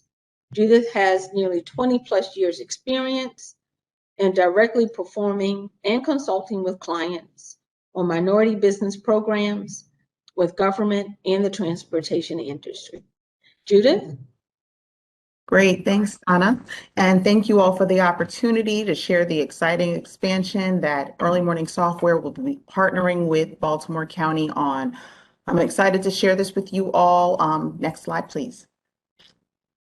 So very quickly, I'm going to not go over everything that's been discussed earlier today, but I do want to touch on a few things that are going to be coming up. Firstly, I'll be talking about user registration. Also going to touch on contract payments and prompt payment policy. Next, I'll talk about the local hiring with the workforce module that we use in PRISM, and I'll end with certified payroll. Next slide, please. Now, user registration, I'm starting with that because one of the first steps into getting into PRISM and having everything accessible to you is actually creating a username and password. I have the site right up there. It's userregistration.prismcompliance.com. And this is actually something that you can do right now. If you are in business with the county and you have your business in their vendor database, this is something you could log on right now. Go to userregistration.prismcompliance.com and click register now. Next slide, please. Once you click register now, the next step will be to enter your EIN or federal tax ID and your PRISM PIN. The PRISM PIN can be obtained by reaching out to the county to get. The PIN is a great way to make sure that we have the right company logging in. And this is a unique number that's created for each business that's in the vendor database. Next slide, please. After you put in your federal tax ID and your PIN, we'll look through our database. If you're found, the next screen will say that we found you. It'll ask to confirm that this is the correct company. Once you confirm that, you can select next. Next slide, please. You'll fill in your contact information, things like your name, any telephone numbers, and most importantly, a good email. It's important to put in a good email because immediately after you hit the button that says validate, you'll get a validation code. This is just simply to confirm that the right company, right person is getting access to create the username. Next slide, please. Once you receive that validation code, you'll enter that in. I'm sorry, you'll enter in your validation code. It's going to be sent to the email address. And Prism will let you know that the validation code has been sent to the email address. Next slide. I was getting ahead of myself. Then you'll put in the validation code that has been sent to your email address. Next slide, please. After your email, your company is validated, you'll put in, and this is the fun part, where you'll create the username and a password hint. And this is pretty much like any type of system where you're setting up your username and password for the first time. Just a few ways to make sure that if you forget your password or username, that you've got that password hint to be able to retrieve your data. Next slide, please. After you set up your username, your password hint, you'll review the terms of usage and click Register Me. Once you hit that last button, that's the last step, you're officially, your username is officially attached to your company, and now you'll be able to access Prism for a variety of things, like I mentioned in the agenda, things like reporting payments, prompt payment, certified payroll, workforce hiring. Next slide, please. So now that you've got your username, let's talk about contract payments. Contract payments are extremely important to enter into Prism. This is not just for actually receiving the dollars that you've earned, but to also track where the dollars are going. As we've learned earlier in the presentation, Dr. Ramsey touched on the expected dollars and the dollars lost. Putting payments into Prism, and this is talking about after the county pays the prime going into Prism and recording payments that have been made to subs, this helps with the disparity study, and this helps track where those dollars lost went and where the expected dollars landed. Next slide, please. Prism uses a closed loop acknowledgement process, and this means that it's going to start with the finance department. It's going to go to the prime contractor, the contract monitors, the small diverse businesses, the minority businesses, the women-owned businesses. Everyone is part of this loop so that everyone knows it's in real time and at the same time who's getting paid, whose payment is outstanding. Everyone in the group can see the big picture. Next slide, please. And Prism, one of the great things is you're not just going to see one contract, you'll see all contracts that you're participating on, and you're actually able to slice and dice this any way you want to see it. So you can look at it alphabetically, you can look at it in terms of when the date of the contracts start. There's a lot of filtering capabilities. If you just wanted to search for contracts that had electrical in the contract name or by contract number, you'll be able to filter and see everything that you're working on all in one place. Next slide, please. If I'm talking about contract payments, I have to mention prompt payment policy.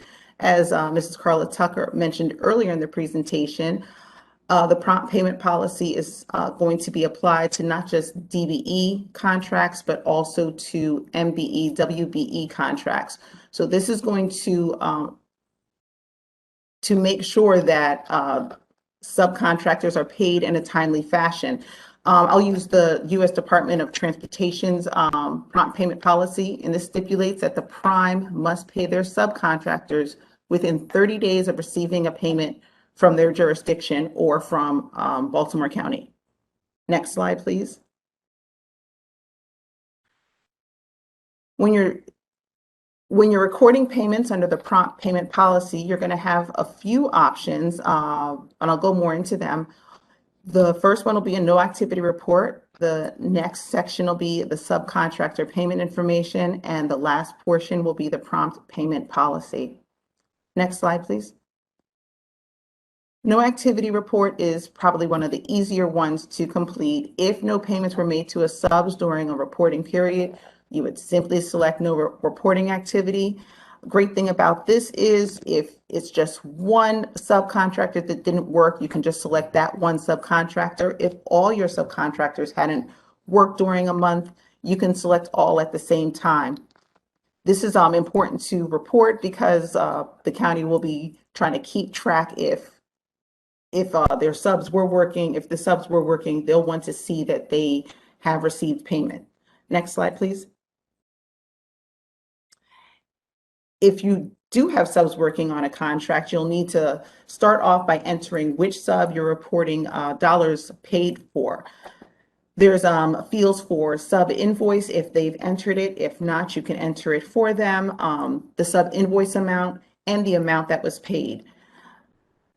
Also want to, most importantly, make sure that you enter in the date that that payment was sent to the subcontractor. This is going to be especially important as we're moving forward when prompt payment policy are applied to contracts. That date is going to determine if the payment was made on time or not. Next slide, please.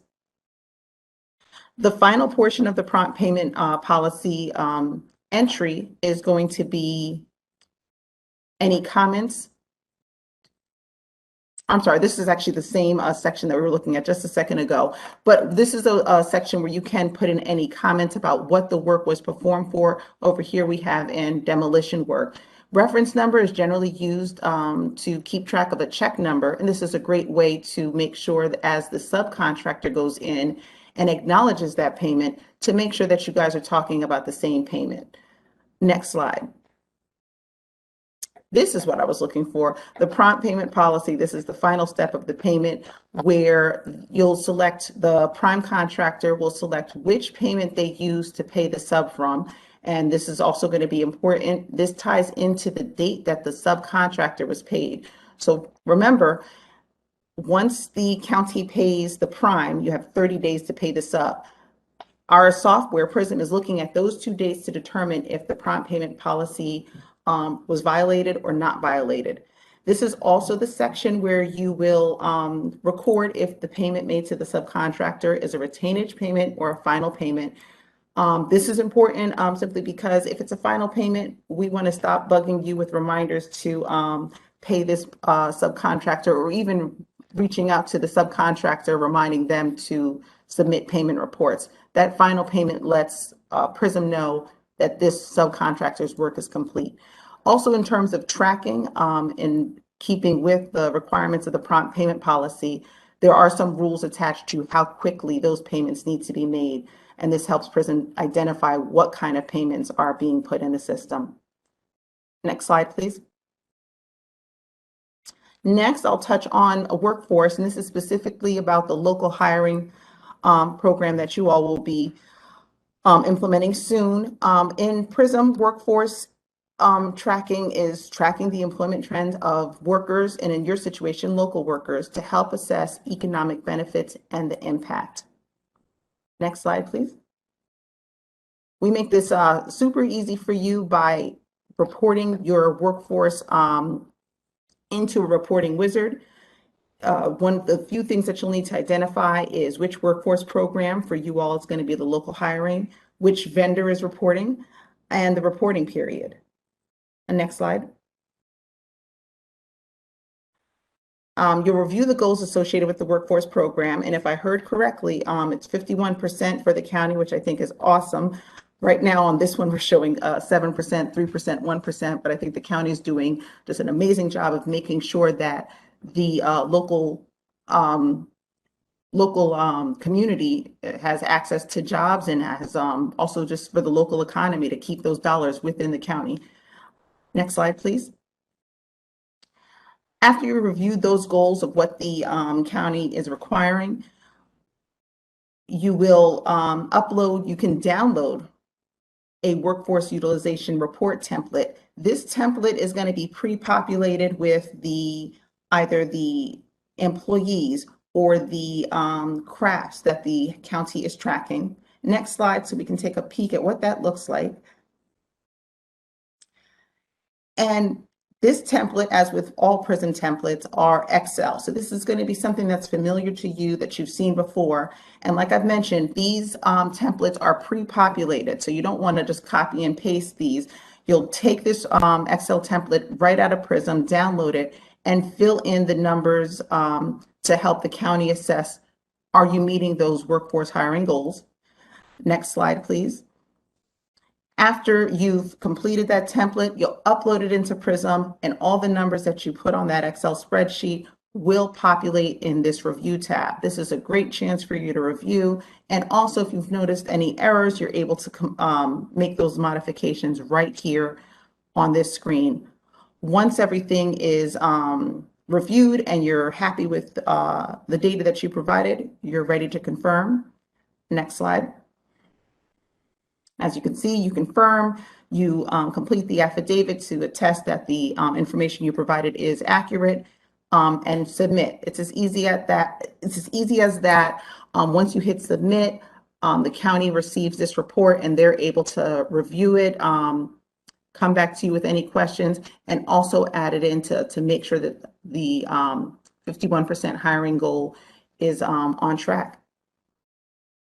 Next slide, and I think I'll be talking about, certified payroll, talking about prevailing wage. This is going to be something that I'm excited for folks that will be doing this, because this will all be electronic. I know folks that have done this before, have done certified payroll. It's a lot of paper. The great thing about doing this in PRISM is everything that all your employees that you've entered, any crafts that you've entered, will always be there. This is going to work for you, not just for certified payroll to keep track of prevailing wage, but also to tie into the workforce local hiring. So you're not going to have to do that work once again. So once you have your employees in and your crafts in, you're done, and it will always stay there. Of course, as new employees come on, you can add them in. As employees leave, you can just mark them as inactive. They'll still remain there for historical purposes, but once again, you'll always have this all this stuff electronically right here in the system. The certified payroll, we're just looking at a screen of what you would typically see, and there's a few things that you're able to look at. You can see the payrolls that you have for a certain time period. You can go back and forth between certified payrolls. Those are ones that you have signed off and submitted, and non-certified payrolls. Those are ones that you might still be working on. You can also look at a history of decertified payrolls. Sometimes you might make an error. County will reach back out to you and ask you to fix it. There's going to be a record of that. You also have a few functions that you're able to do. You can view a payroll, add any notes as well, or copy the payroll, which is a really cool function where if it's week after week, it's the same, folks on the job, it's the same, hours. It's just going to be very easy to copy that payroll over and simply change the date, and hit submit. Next slide, please. Talking about certified payroll, I believe this might be my last screen that I'm going to share with you all. But as I was talking about having the employees, once you have them in there, they're in there. This also goes into the crafts that they're performing.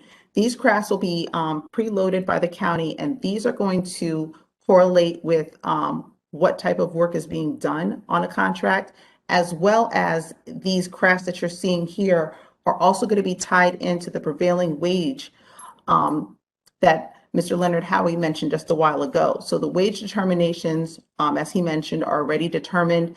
They're going to be put in here. So this is going to help not just you all just very quickly say this employee was, let's say, a bricklayer, but it's also going to help the county make sure that the right wage is being paid to the employee based on the work that they're supposed to be performing. Next slide, please. Just like with the workforce, with local hiring, we make it easy for you. There's a Payroll Wizard. So the first step, the screen that you're looking at is going to capture that payroll information. You'll be able to select which contract or project you're reporting for, select your payroll end date, your payroll number, and if you were in the situation where it's a non-performance payroll, meaning no one worked for this reporting period for that week ending date, you can simply select this is a non-performance payroll and you're done. If you are entering in the payroll information I don't have too many slides on that or any slides on that, but it would simply be the employee information, which is already in there. The employee information, the employee information that's already in there would be the employee's name, but you would enter in any hours that they worked. The pay information would go over the wages that they received. Deductions information would we'd be able to mark any deductions that that are on their paycheck and confirm and go on to the next employee. And that would simply be it. Just like with the workforce, once you finish with that, you hit submit, the county will review and then they'll take it from there. Next slide. And that's it on the PRISM side. We are excited to get this started.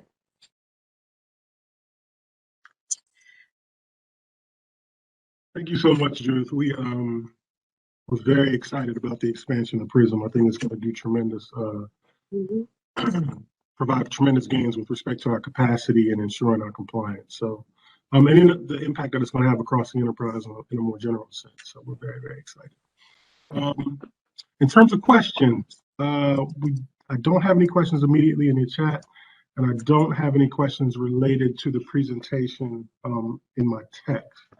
I did have a separate question that harkened back to Dr. Ramsey's presentation with respect to the disparity study. So I wanted to pose that question real quickly. Is Dr. Ramsey, you still with us?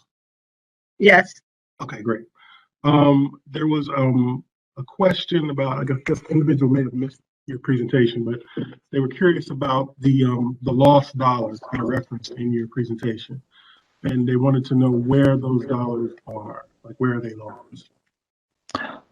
The concept of lost dollars is the calculation of the difference between the expected dollars and the received dollars. So any group that has lost dollars means that some other group has been awarded those dollars. And so since each of the ethnic groups and women had lost dollars, then that means that the non-minority males were the recipients of those dollars that otherwise should have gone to one of the other groups based on their availability. So effectively, it means that non-minority males receive more dollars than expected based on their availability in the marketplace. Great, thank you so much. You're welcome.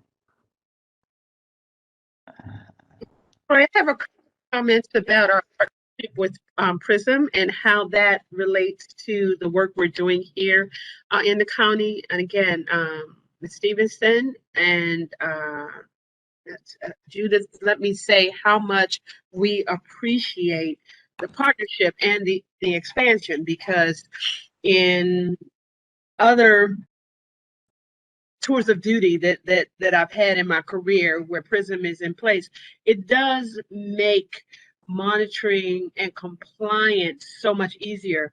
But our format here in the county, where we set, targets on lots of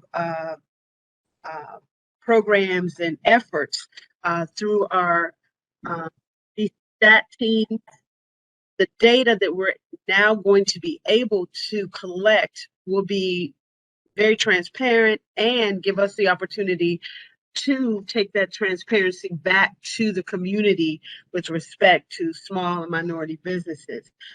Without this partnership and the ability to have a system of record for this data, it was very difficult for the county to move to the next level. So we're very, very pleased that Dr. Ramsey and her team concurred with our proposal to move forward with the expansion and enhancing our capacity for compliance.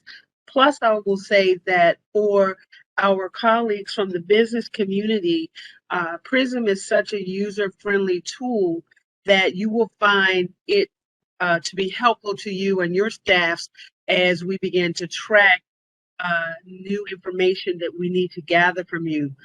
Just so you know, upon implementation, we will have training. We will provide training opportunities to the business community. And for our colleagues who are on board from the department, I want to acknowledge we do have some Baltimore County colleagues who are staff members who play a role in our work in this area.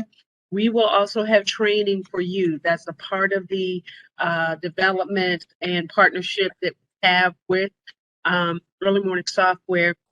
We don't want you to think at all that you're going to be out there on your own.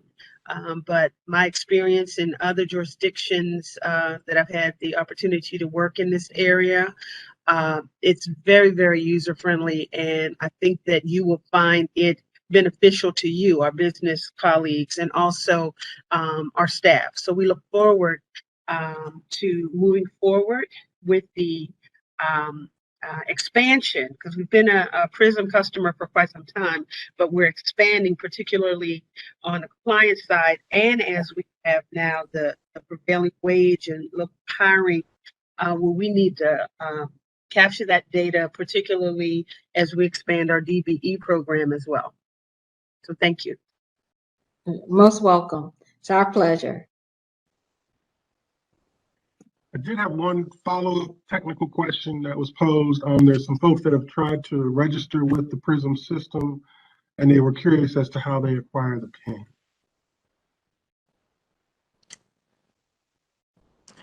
The question was to how to acquire the PIN. Yeah, that was the question they posed. They can actually reach directly out to Carla Tucker. And Carla, that's something that in PRISM on that small hamburger menu, you can send PIN. And I say to Carla or to anyone else on her staff, simply because she's able to verify that the person reaching out for the PIN is the right company. That PIN is a security feature, so I don't feel comfortable sending it out, but Carla and her team know the business community out there. So it's actually, once again, user-friendly, so it's a quick one-click action, and it automatically gets sent out. So one thing our policy is you need to submit something in writing on company letterhead along with your tax ID number so that we can verify with what we have in the system already. And just to echo Judith's point is that the PIN is that extra security measure that was implemented to ensure that no one has access to a vendor's information. So it's an extra step, but it's for everyone's benefit. Great, thank you so much. I don't have any other questions coming through on chat, and I don't have any on text. So with that, we will move forward. Thank you again for that great presentation. And we will move into our next presentation from the state of Maryland, focused on MWBE certification workshops. And joining us today is Vashti Pyatt, who's Outreach Coordinator in the Office of Small and Minority Business Policy with the Maryland Department of Transportation. Ms. Pyatt is passionate about assisting small and minority businesses with becoming state certified and getting access to state and federal contracts. She performs an average of about 100 outreach workshops every year and advocates for small and minority businesses to get certified. And as a significant member of the, I'm sorry. As significant as her experience is working with small businesses and working in the community engagement section, she's a great asset and a resource for businesses that are seeking to be certified. So with that, I will turn it over to Ms. Pyatt, and welcome. Thank you. And before she begins, just want to let our colleagues who are tuning in by phone, we are on slide number 82 in the slide deck. If you want to turn to slide 82 to follow along with the presentation. And we definitely welcome our state colleague. Thank you.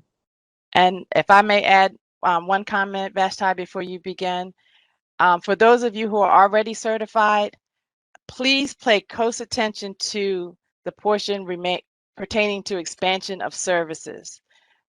There are circumstances where if a prime contractor submits an MBE plan and your certification, if it does not match a commercially useful function of the contract, that MBE plan may be rejected. So it may behoove you to stay and make sure that you hear the certification workshop so that you understand what you need to do if you don't have all of your certification code or your NAICS codes in your profile. Thank you. And again, any questions you have, please text them to 443-850-8141 or utilize the chat box.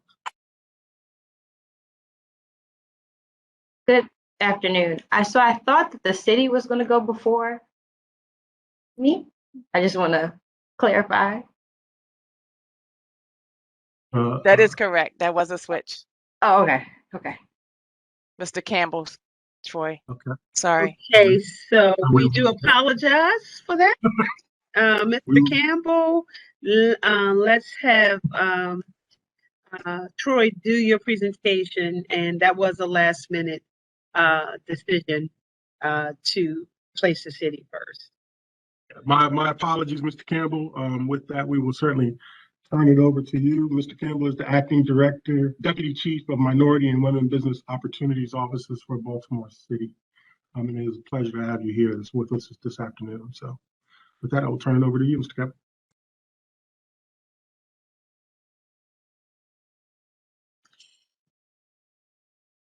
Can he unmute? You might need to unmute you, Mr. Campbell.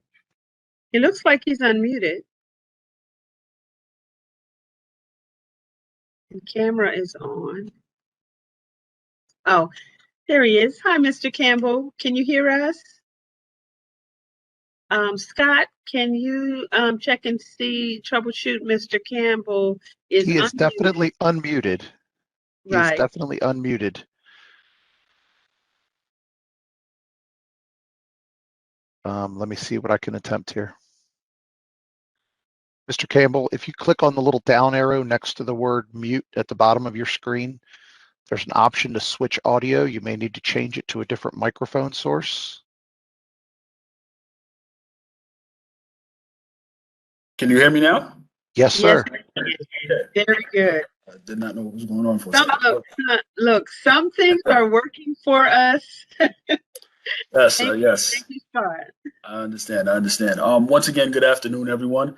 I am Stephen Campbell. I am the Acting Deputy Chief for the Minority and Women's Business Opportunity Office, located in Baltimore City. We are a part of the Baltimore City Law Department, and that is because Article 5, subsection 28 is the part of the Baltimore City Code that governs our office and governs what we do within Baltimore City. I believe today we are having a conversation primarily on certification. And I will be glad to answer any questions you have after my presentation. All right. So if we could start with the first slide. Yes, so in Baltimore City, and I believe in most jurisdictions, but we're going to stick to Baltimore City, a minority business enterprise is defined as business enterprise owned and controlled by an African American, a Hispanic American, an Asian American, or Native American. A woman's business enterprise is defined as a business enterprise owned and controlled by a woman, a WBE, and includes non-minority females, as well as a woman who is a part of any of the above-mentioned minority groups. All right, so if you fall into that category, you are eligible for certification with Baltimore City. For our applications, the definition primarily is a minority or woman-owned business must be owned, at least 51% of the company must be owned by a minority or woman, and they also must have managerial control of the business entity. It must be an independent operating small business. It must have been in operation for at least 12 months before applying, and it must have been minority or women owned for at least 12 months before applying for certification. It also must have an operating office in the Baltimore City market area. I believe the next slide will define the Baltimore City market area, which is, yes, like I said, the Baltimore City market area is Baltimore City and the 6 surrounding counties. That is Baltimore County, Anne Arundel County, Carroll County, Hartford County, Howard County, and Queen Anne's County. If you are located in any of those counties, you are eligible to apply for MBE WB certification with Baltimore City and able to do business in Baltimore City as an MBE or WB. Next slide for me, please. Yes, just some interesting tidbits. A company can be certified as an MBE, a WBE, or both, an M or WBE. However, on a contract, you can only be used as an MBE or WBE. You can't be used as both to achieve, you cannot be used as both to achieve two separate goals. Our MBE and our WBE goals are two separate ones. They are based on a contract by contract basis. So we do have a city aspirational goal of 27 and 10, but on a contract by contract basis, it can vary. So once again, if someone comes to you and says they would like to use you to meet both the MBE and WBE goal, that's something that could ultimately end up causing that bid to be rejected. So it's one goal, either or.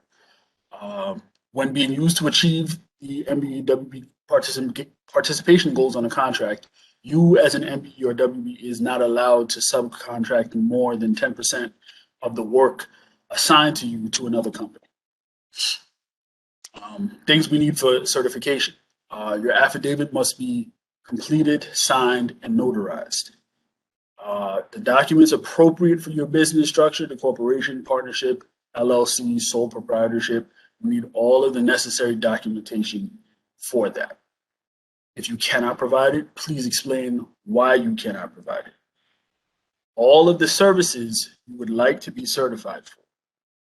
Services that are performed by employees of your business. It can be something that's aspirational that you hope to get to. Hopefully you get to that capacity. And we hope that in partnering with Baltimore City, you get to that capacity. But when you apply, it's everything that you have the capability to perform as of that date.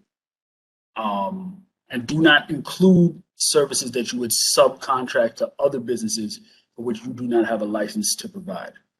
Everything in red, I would like to stress those again, because any of those things that are missing, and any of those directions that are not followed can delay the amount of time it takes for you to be certified with Baltimore City.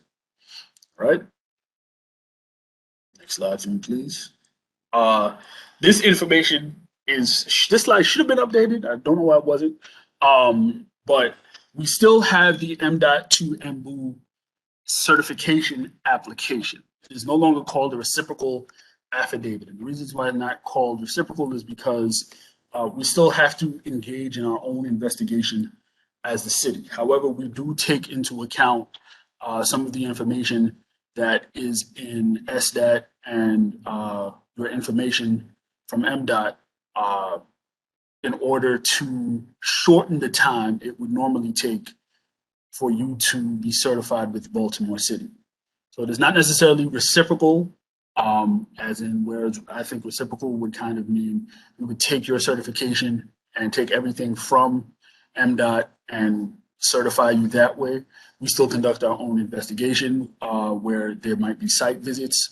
We still might need to check to see if you fit into our size standards, because the city has different size standards. But yes, it is a shortened application is the best way for me to describe it. Of course, everything else here is accurate, that it was created to streamline the certification process by firms who are already certified with MDOT who would like to be certified with MBOO. We will need, of course, your MDOT to MBOO certification affidavit. We will need your completed tax returns, and we also need your certification letter from the Maryland Department of Transportation. Any of those things missing, once again, will cause a delay in your certification. So as much information as you can send to us and as much information as you can get to us the first time around, the smoother the application process will be for you. Next slide, please. Yes. Additional information. Please allow between 60 to 90 days for the processing of your application. Your application can be processed in a much shorter time frame, but our office likes to under promise and over deliver. So we like to set the expectation at 60 to 90 days for processing. Any missing documentation, as I've stressed before, will cause a delay in this process.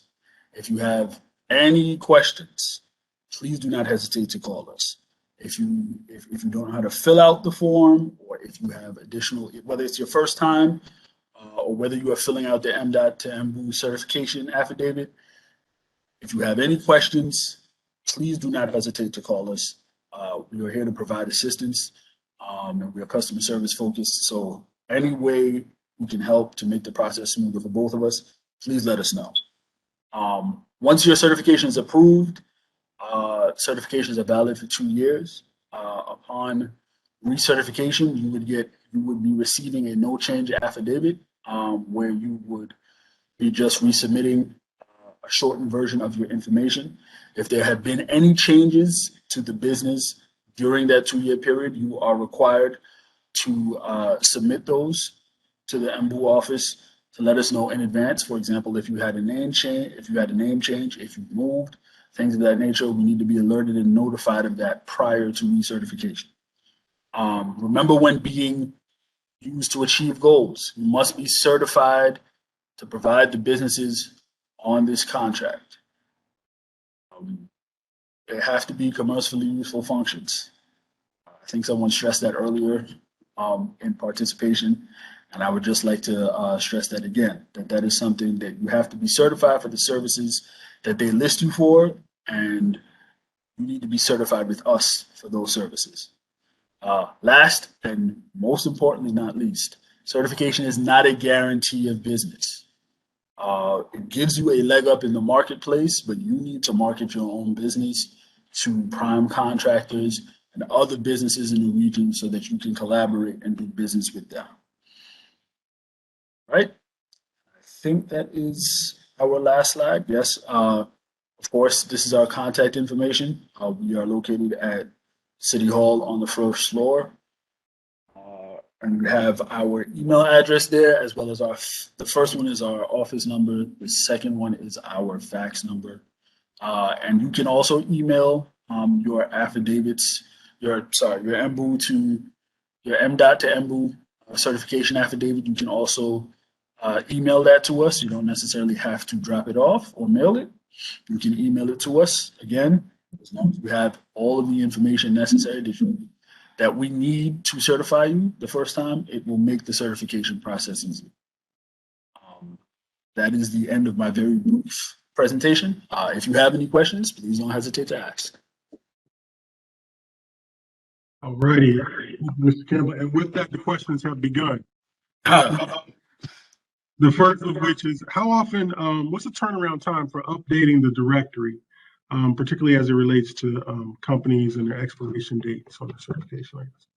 All right, so it usually is a much sooner turnaround. Because of COVID, there was legislation passed that stretched out certification dates, and as we are slowly trickling back into the office, things are being steadily updated. I think it might be the end of the year before things are regularly updated as they were before. And that's because of the gap between technology and folks being at home. But we are constantly monitoring the database, sending out information to those who are expiring soon, and getting in touch with those who are currently expired.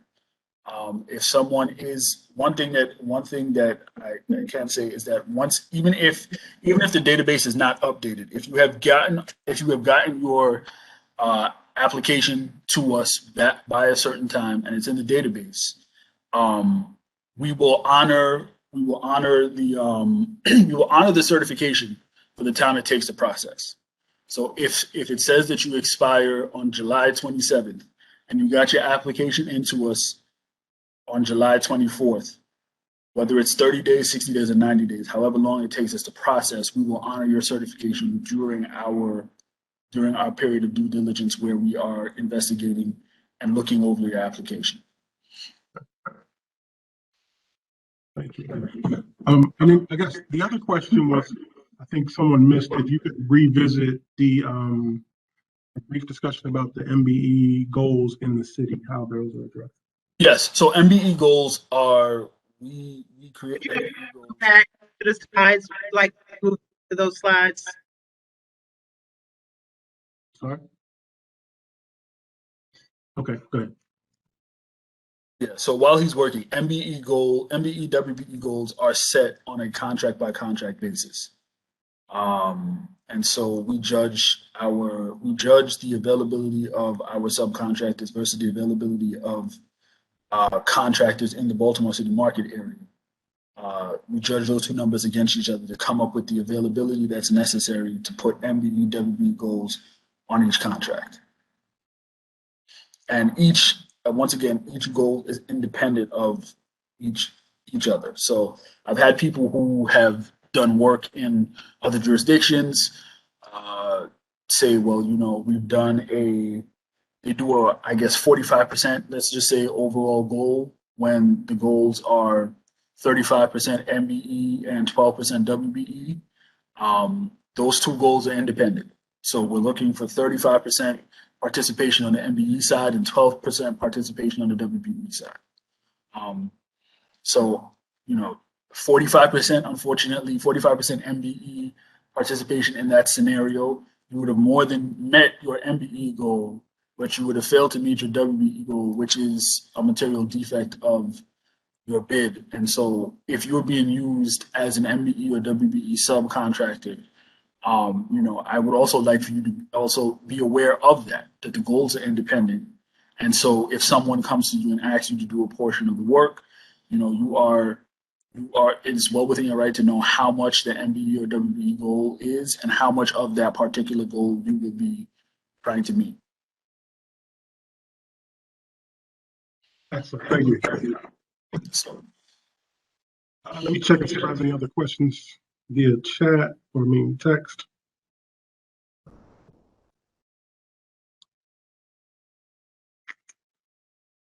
Nope. There's one, Troy, that I see. Mr. Campbell, can you explain the city policy on non-producing suppliers with respect to MWBE goal compliance, non-producing suppliers? okay, so if I'm understanding the question right, they're asking what is the policy of using people who are just suppliers in respect to meeting MBE WBE goals. Am I correct in that? Am I correct in how I deciphered that, or? Non-suppliers with goals. Yes. So we have a supplier rule in our MBE WBE compliance, and what that is that someone who is a non-manufacturing supplier can only be used to meet 25% of a goal. And so in this case, if the MBE goal is 20%, then you can only be used as a non-producing supplier for 5% of that goal. And so anything more than that could possibly be a material defect of the contract on the part of the prime. And so that could lead to the bid being rejected.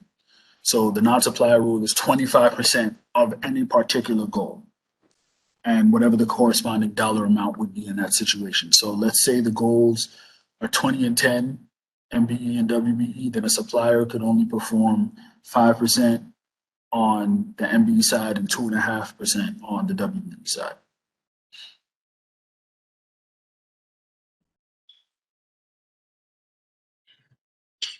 There was a second follow-up question, I guess, related to the directory piece. How are you all acknowledging receipt of a package that is received if it's dropped off as opposed to email? How do you acknowledge receipt of that? Well, at the present moment, given the setup of City Hall, where there's only a limited amount of people who are in the building, the Law Department Secretary is the first person to make contact with any documentation that is dropped off with City Hall, and that is forwarded to us. And then on the days where the Mwbe secretary is in the office, the Mwbe administrator is in the office. She follows up and sends email correspondence stating that she has received the application information. I stress again, there are some times where we have responded to emails that have bounced back to us because for whatever reason, something was incorrect. So I stress again, as legibly as possible. Our application is also online, and I can give you the URL for that. It is cityservices.baltimorecity.gov/MBOO, where you will find all of these applications: the original MBE certification application, the change affidavit for those who are already certified with Baltimore City, and the MDOT MBE WBE certification application. They're all available on our website, so you can fill those out. They're fillable PDFs, so you can fill those out, and we won't have to worry about issues of legibility and the inability to contact me. Another question related to goal setting. Given that the city is largely African American, why are there no sub goals that specifically speak to that? Go ahead. I'll let you finish. No, I was going to say, I guess the concern is that some firms might circumvent using African Americans to fulfill those goals with the other minorities. Yes. Sub goals are set on contracts beyond a certain dollar threshold. So beyond a certain dollar threshold, I believe it's beyond a $5 million threshold. On the basis of those contracts, there are sub goals set, whether it be African American sub goals, Hispanic American sub goals, Native American sub goals, Asian American sub goals. And so it needs to reach a certain threshold within the city and within city procurement before sub goals are set. Sub goals are available, but they need to meet those criteria before sub goals are established.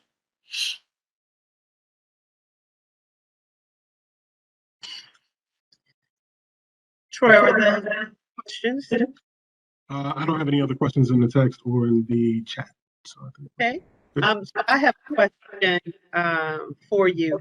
In your presentation, you indicated, that you have to market your own businesses. Are there any activities or just networking opportunities for your the certified businesses with Baltimore City to get to know one another and be able to understand the other businesses that are out there so that there are potential teaming opportunities? I know it's one thing to say to promote your business, but when you're looking for teaming opportunities, does the city do that? And if not, is the city interested in working with us as we begin to expand our outreach so that our business colleagues know one another and look at potential subcontracting opportunities or teaming opportunities? The city does do outreach events. I do believe that outreach is one of those things that unfortunately have suffered during COVID. But it is something that we're looking to ramp back up. There also is the Mayor's Office of Economic Development in Baltimore City that also helps with fostering and establishing connections and relationships when it comes to business. Unfortunately, Mwbe specifically does not have the ability to do that, but we do have outreach. We are working on having more outreach sessions and connection sessions. But unfortunately, again, that's business opportunities. That's something that again, you're going to have to market yourself for. But we are looking, and we will be looking forward to, if necessary, collaborating more with you guys so that we can help foster the atmosphere where those connections can be made, where businesses can introduce themselves to one another, and they can begin the process of working together and gaining opportunities within the market area. I'd like to add to that, Stacey, if you don't mind. So Baltimore County had for 11 years held Meet the Primes. And as part of Meet the Primes, it was a business to business networking event that we have held, and COVID unfortunately had, we went virtual last year, and this year we're trying to decide if we're going to do it virtual or in person or not at all. But the mayor's office, as Mr. Campbell has mentioned, of minority women businesses in Baltimore City, is a partner in that particular event with us, and they help promote our events. We actually promote each other's events as well. Okay, good to know. We're looking forward to trying to get back to or enhancing some of our opportunities to do that with our small and minority businesses. Right. Sounds good. Look forward to working with you. Alrighty. Thank you, Mr. Campbell. And folks, his contact information is there, so please take advantage of it. Circling back to Ms. Pyatt. My apologies, but I've already introduced her. We know how great she is, and so I'm going to yield the floor to her. And again, she is with the state of Maryland, and she is the outreach coordinator for the Office of Small and Minority Business Policy. So with that, Ms. Pyatt, you have the floor. Right. And we are on, for our call-in colleagues, we're on slide 93 and on to 94. Alrighty, thank you. Good afternoon, everyone. I hope everyone can hear me. Thank you for sticking with us until the very end. So I'm happy to be able to join you all this afternoon. So just bear with me. There is a lot of information I tried to squeeze in to make sure that I really honed in on the main points. So again, my name is Vashti Pyatt. I am the Outreach Coordinator for the Office of Small and Minority Business Policy. And today I will talk about MBE, DBE, ACDBE, and SBE certification, and talk a little bit about that application process. But I will also mention the expansion of services process, which Carla mentioned earlier. So I'm going to definitely hone in on those facts and those steps to make sure that those businesses that are already certified with the state, make sure that they complete their expansion of services process. Next slide, please. All right, so the MBE program is the official certification agency for the state of Maryland. It is the largest and the oldest program in the country, and it was established in 1978, and is also one of the most aggressive programs in the nation with a 29% MBE participation goal and contract sub-goals. Next slide, please. So before I move on, I just want to go over the types of certifications. I know you guys heard me mention the abbreviations earlier. So MBE, that is going to be our Minority Business Enterprise, which is for state-funded contracts. Then we have our DBE program, which is our Disadvantaged Business Enterprise program. So this is going to be mainly with the federal contracts with the US DOT. So that's going to be with State Highway Administration, Maryland Aviation Administration, Maryland Transit Administration, and a few other metropolitan planning organizations. And the final two are going to be our ACDBE, which stands for our Airport Concessions Disadvantaged Business Enterprise, which deals with those airport concession contracts that are administered by the Maryland Aviation Administration. And then finally, we have our Small Business Enterprise. So that's going to be USDOT contract, administered by SHA, MAA, and MTA. And this program is a little different than MBE. It is race and gender neutral. Next slide, please. All right, so some of the benefits of having the MDOT certification. We're all about access and opportunity. So once you are certified with MDOT, you are then added to our directory of certified firms. Now, this directory is available to our private sector companies, public companies, or anyone that is looking for an MBE is going to be using our directory. We currently have over about 7,000 firms at the moment that are in our directory, and is used on a regular basis for primes looking for MBEs to participate on contracts. So once you are certified, you will be in that directory of certified firms. And once you are in that directory, we also encourage you all to add references to your profile in the directory to make sure that you stand out within those 7,000 firms. So you want those primes to see who you worked for, and people that they can actually reach out to see what kind of work that you do. Next slide, please. All right, so there is no cost at all to our application. It is completely free. So again, there is no cost to our application. It is completely free. Next slide, please. All right, so just a little overview of who does what in government purchasing. So we have the state agency, and they're the ones that advertise the solicitation. They award the contract to the prime contractor, and they're the ones that pay the prime contractor. So next we have our prime and our general contractor. They're the same. Sometimes we call them prime contractors and sometimes we call them general contractors. But they're the ones who bid on the complete contract. They work for the state agency, and they're the ones who pay the subcontractors. And then finally, you have the subcontractors, and they're the ones that bid on a portion of that contract, and they work for the prime or general contractor. Next slide, please. All right, now when we are looking at your application for certification, we look at 5 eligibility standards. So we look at ownership, minority status, control, personal net worth, and size.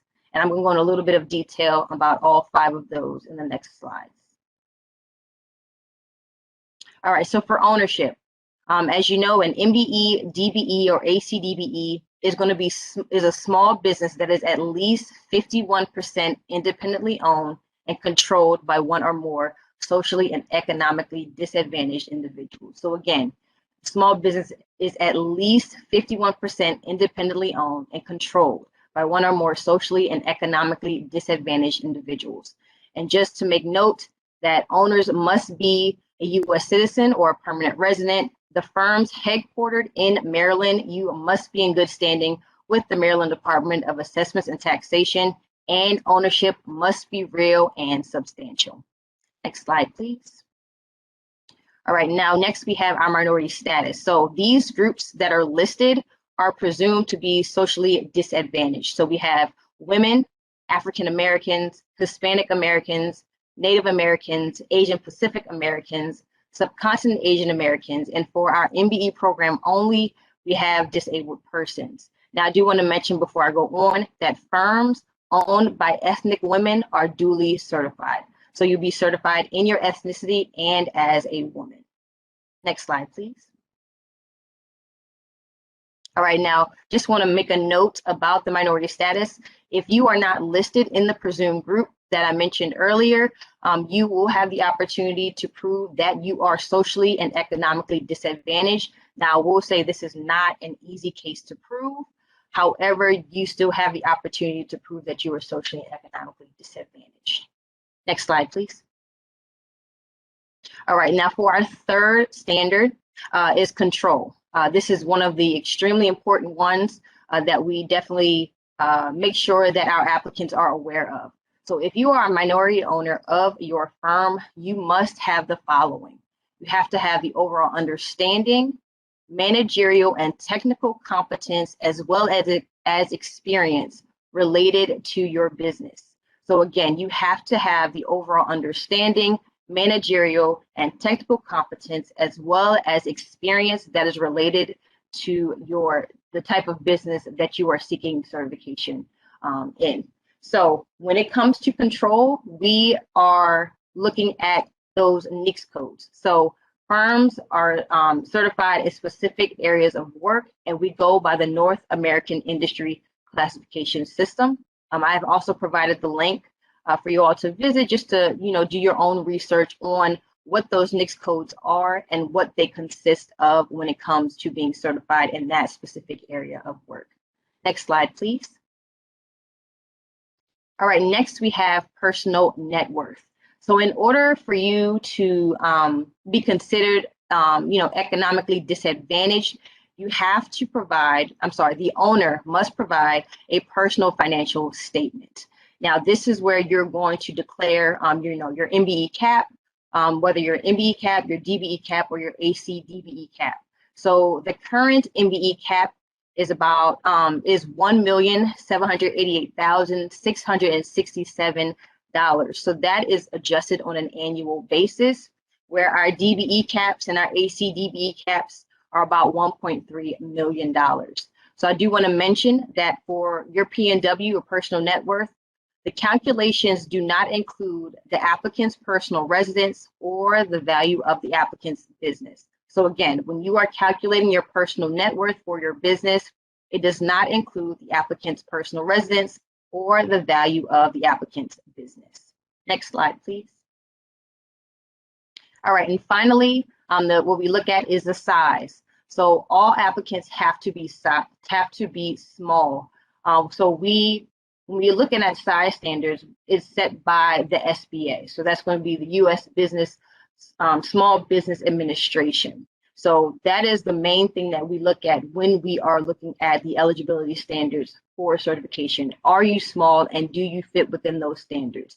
And also size standards are determined by industry, and those are based on the NAICS codes that I mentioned earlier. Now, before I go on, I do want to mention that I have provided the link for SBA's website that links you directly to all the information regarding size standards. But I also want to mention that firms that are seeking disadvantaged business enterprise certification must not exceed the current DBE size standard of $26.29 million. So again, for those that are seeking DBE certification, you cannot exceed the DBE size standard of $26.29 million. Next slide, please. All right, now the certification process. So this is a 4-step process here at MDOT. We have the application where you submit a completed application. Right now, due to COVID, we highly recommend that you submit your application online. We actually have a new system that was launched back in March, I believe, which makes the process for your application a lot better. So you're able to submit everything online, upload PDFs, and you're also able to track your application to see every single step that is being completed at that moment. So after you complete your application and you submit it, you will go to the next step of investigation. And this is where an MBE officer will review the entire application package. They will conduct an on-site interview, and as of right now, they're still being virtual, and you will receive more information once you get to that step. So they will do an on-site job visit, and they will have a written report about everything that they found during that investigation. So step 3, you will have the evaluation. So this is where the MBEAC, the MBE Advisory Committee, will review that report from that initial investigation from step 2, and they will make a decision to whether or not that applicant needs to meet with their committee for further evaluation or further questioning about their firm and what they do. And then the final step is going to be determination. So this is where you will get a written report. I'm sorry, not a written report, a written determination of what the MBAC has decided, whether you have been approved or denied. I do want to mention that if you are denied, they will give you a written explanation and they will give you instruction on how to move forward. I get a lot of questions that ask, once I've been denied, will I be able to reapply again? And the answer is yes. They will give you more information on that time frame in which you can reapply for certification. Now, I do want to mention, I'm not sure if we have any out-of-state firms on our call today, but out-of-state firms, you have to be certified in your home state before applying to Maryland. So again, you have to be certified in your home state before applying in Maryland. Next slide, please. All right, so our certification time, we say takes for about 90 to 120 days right now. Due to COVID, there are still officers still teleworking. So the time has been extended. We just want to make sure that we don't give you a false time frame in which your certification is going to be processed. Now, I do want to mention that this certification time starts when our office receives a completed application. So once the application has been submitted and it is notified as being, under review or has been received by our office, then that time frame will begin. Now, I do want to say that if there's any delay in that process or that first step, it is most likely to an incomplete application or blanks being on the application. So again, that's why we encourage the online application, which serves as a triple check. Next slide, please. I mentioned this earlier. Like I said, delay in certification is due to an incomplete application, which is why we're pushing for the online application system to be used. Next slide, please. All right, so once you have done all of this work for the for your certification, we want to make sure that you remember to do your online annual certification review. So this is where you will update your profile to make sure that all of your documents are up to date and it shows that you are still within the eligibility requirements for your certification. So whether you're MBE, DBE, ACDB, or SBE, we want to make sure that you are still in those well within those eligibility standards. So I've listed here the instructions on how to go about that. You should receive notifications 60 days prior to your anniversary date. Now, this is a very, very important step when you complete your certification, because if you do not complete this, you will lose your certification and you will have to start from the beginning. So I definitely want you all to know that the online annual certification review is extremely, extremely important. Next slide, please. All right, so the expansion of services. This is what Carla mentioned earlier. This is something that she mentioned as, I guess what you could say, a concern about a lot of certified businesses who, get certified, then, they get licenses or start getting familiar with new services, and they do not apply it to their current certification. So I definitely want to talk about it. So once you have completed the application process and you begin doing work in other NAICS codes that you weren't covered in before, you are going to want to look at the expansion of services request. Now, this process is a little similar to the application process where you will, submit your request. You will wait for an MBE officer to contact you. They will do an on-site interview or a phone interview to make sure that everything that you have listed in that request is legitimate. And then you will go, you may or may not meet with the MBAC committee, and then they will make a decision on whether you are approved or not. Now, with this document can be found on our website. It is a PDF document that can be sent via mail or via email, and it also can be found on the new portal system for the application. So when you are filling out this application, they're going to ask you for your contact information. They're going to ask you for your current NAICS codes, what you are certified in. They will also ask you what products and services you are looking to be certified in as well. So want to make sure that you fill that out to the best of your ability. If you do not know the NAICS code that you need to be certified in, we ask that you just list the products and services, and an MBE officer will help you find that a NAICS code that's more appropriate for your firm. And I also want to mention that the documents that are requested for expansion of services include a list of products that you use that go hand in hand with that NAICS code. They're also going to ask for your resume, to make sure that you have knowledge of that NAICS code or that product or that service. They're also going to ask you for a list of equipment that is also going to be used for that service as well. So again, this just goes back into how, intricate they are and specific they are about those expansion of services and making sure that the business that is going after this new service is legitimate. Next slide, please. So as I mentioned earlier, just as important as going to being on the certified directory, you want to add references to your profile. You can add up to 3 references to your profile, and you can do it using a document known as the reference data form that can be found on our website as well. I have linked it on the slide. And again, you can have up to 3 references. And once you submit this document, it has a 24-hour turnaround time. So once you submit it to the OMBE office, it will most likely be completed by the close of the following business day. Next slide, please. All right, so as I mentioned earlier, our Small Business Enterprise Program, which is our SBE program, is a race and gender neutral, designed to provide prime contracting opportunities to small businesses.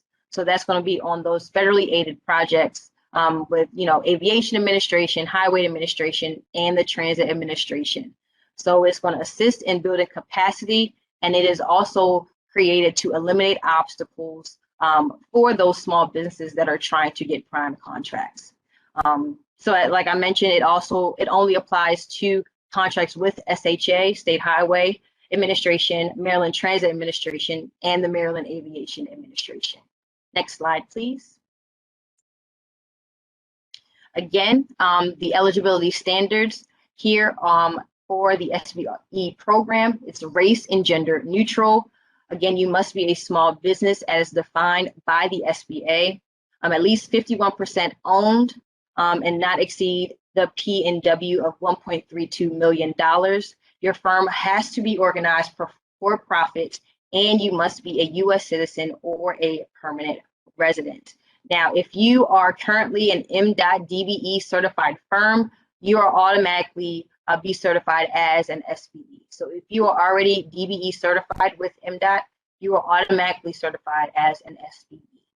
Next slide, please. All right, so before I go, I do want to talk about connecting you all to opportunities. We have a great resources here within the state. So the Department of General Services, they are the ones who house eMaryland Marketplace Advantage. So if you are currently not certified with the state at the moment, you can still go after contracts and you can use eMaryland Marketplace Advantage. So you do not have to be certified. So this is where the state agencies advertise solicitations of $15,000 or more for different contracts within the state of Maryland. So again, if you are not certified with the state, that is okay. You can still sign up for eMaryland Marketplace Advantage. And another program that is very popular here as well is the Small Business Reserve Program. That is an online self-registration for small businesses with a 15% set aside by all state agencies. So this is housed with DGS. And if you have any questions, I have linked their website as well as their telephone number for you to contact them for more information. But again, if you are a new business and if you are not certified, you can register your business on both of these sites today. Next slide, please. All right, so that concludes my presentation. Again, my name is Vashti Pyatt. I'm the Outreach Coordinator for the Office of Small and Minority Business Policy. And also I have put the contact information for my director, Tracy Watkins Rhodes, and she can be contacted as well. And if you have any questions for us, just let us know. Feel free to send us an email and feel free to call us. And also, next slide, please. So these are the experts. So if you have any questions regarding the application process or you run into any problems, please feel free to contact the OMBE office. They're the ones that review the entire application. They're the ones who do the 4-step process that I mentioned earlier. So their phone number is going to be 410-865-1269. And their email is going to be mbe@mdot.maryland.gov, and Maryland's going to be spelled out. So these are the experts that are going to help you throughout your application process. So please feel free to contact them. And I believe that concludes my presentation. Yep.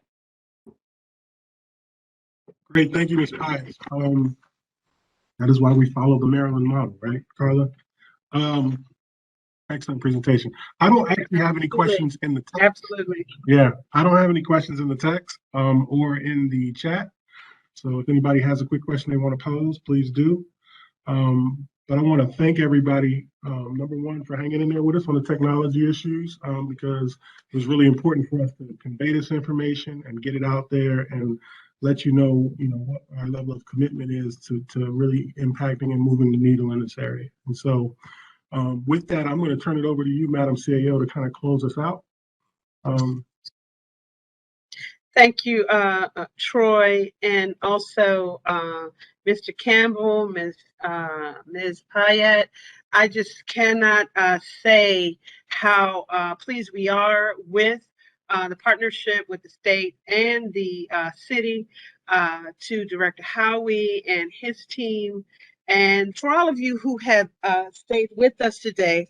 And as we mentioned earlier, we want to thank Dr. Ramsey for all of the insightful information from the disparity study. It's really helping us in terms of our next steps in making decisions about how we can expand and enhance our program here in Baltimore County. And last but not least, of course, our colleagues from Early Morning Software, Ms. Stevenson and her team, we know that we will be able to have a much better handle on our data, much better interface for the businesses who are carrying out services for us in the county. And we're just excited about the direction that we're going here in Baltimore County. And we hope that those who were with us today who have not endeavored to do business with the county will consider to do so. We hope that those who are not yet certified, either with the state or the city, will consider to do so. And again, we do apologize for the technological challenges that we experienced today. But again, we prevailed and moved forward. This entire presentation will be posted on our website. The slide deck will be posted on our website. And of course, we have a dedicated inbox and in Ms. Tucker's office for questions should you think of a question you did not ask today. And Carla, would you please give the colleagues that email box, and we can put it in the chat as well.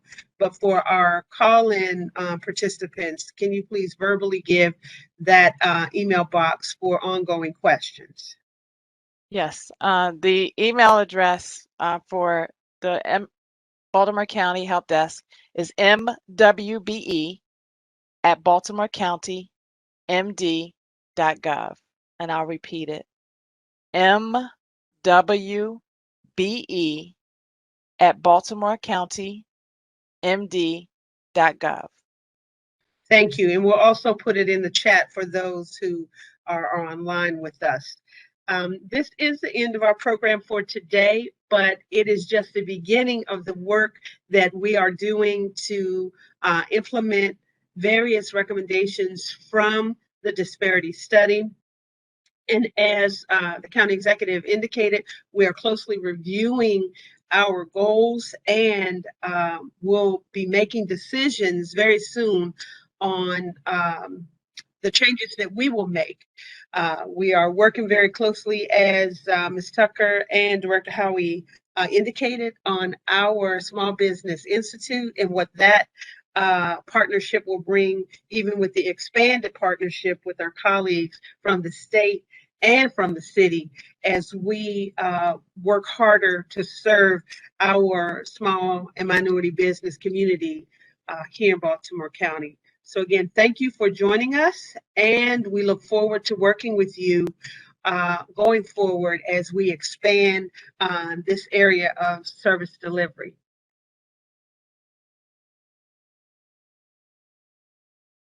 Great program.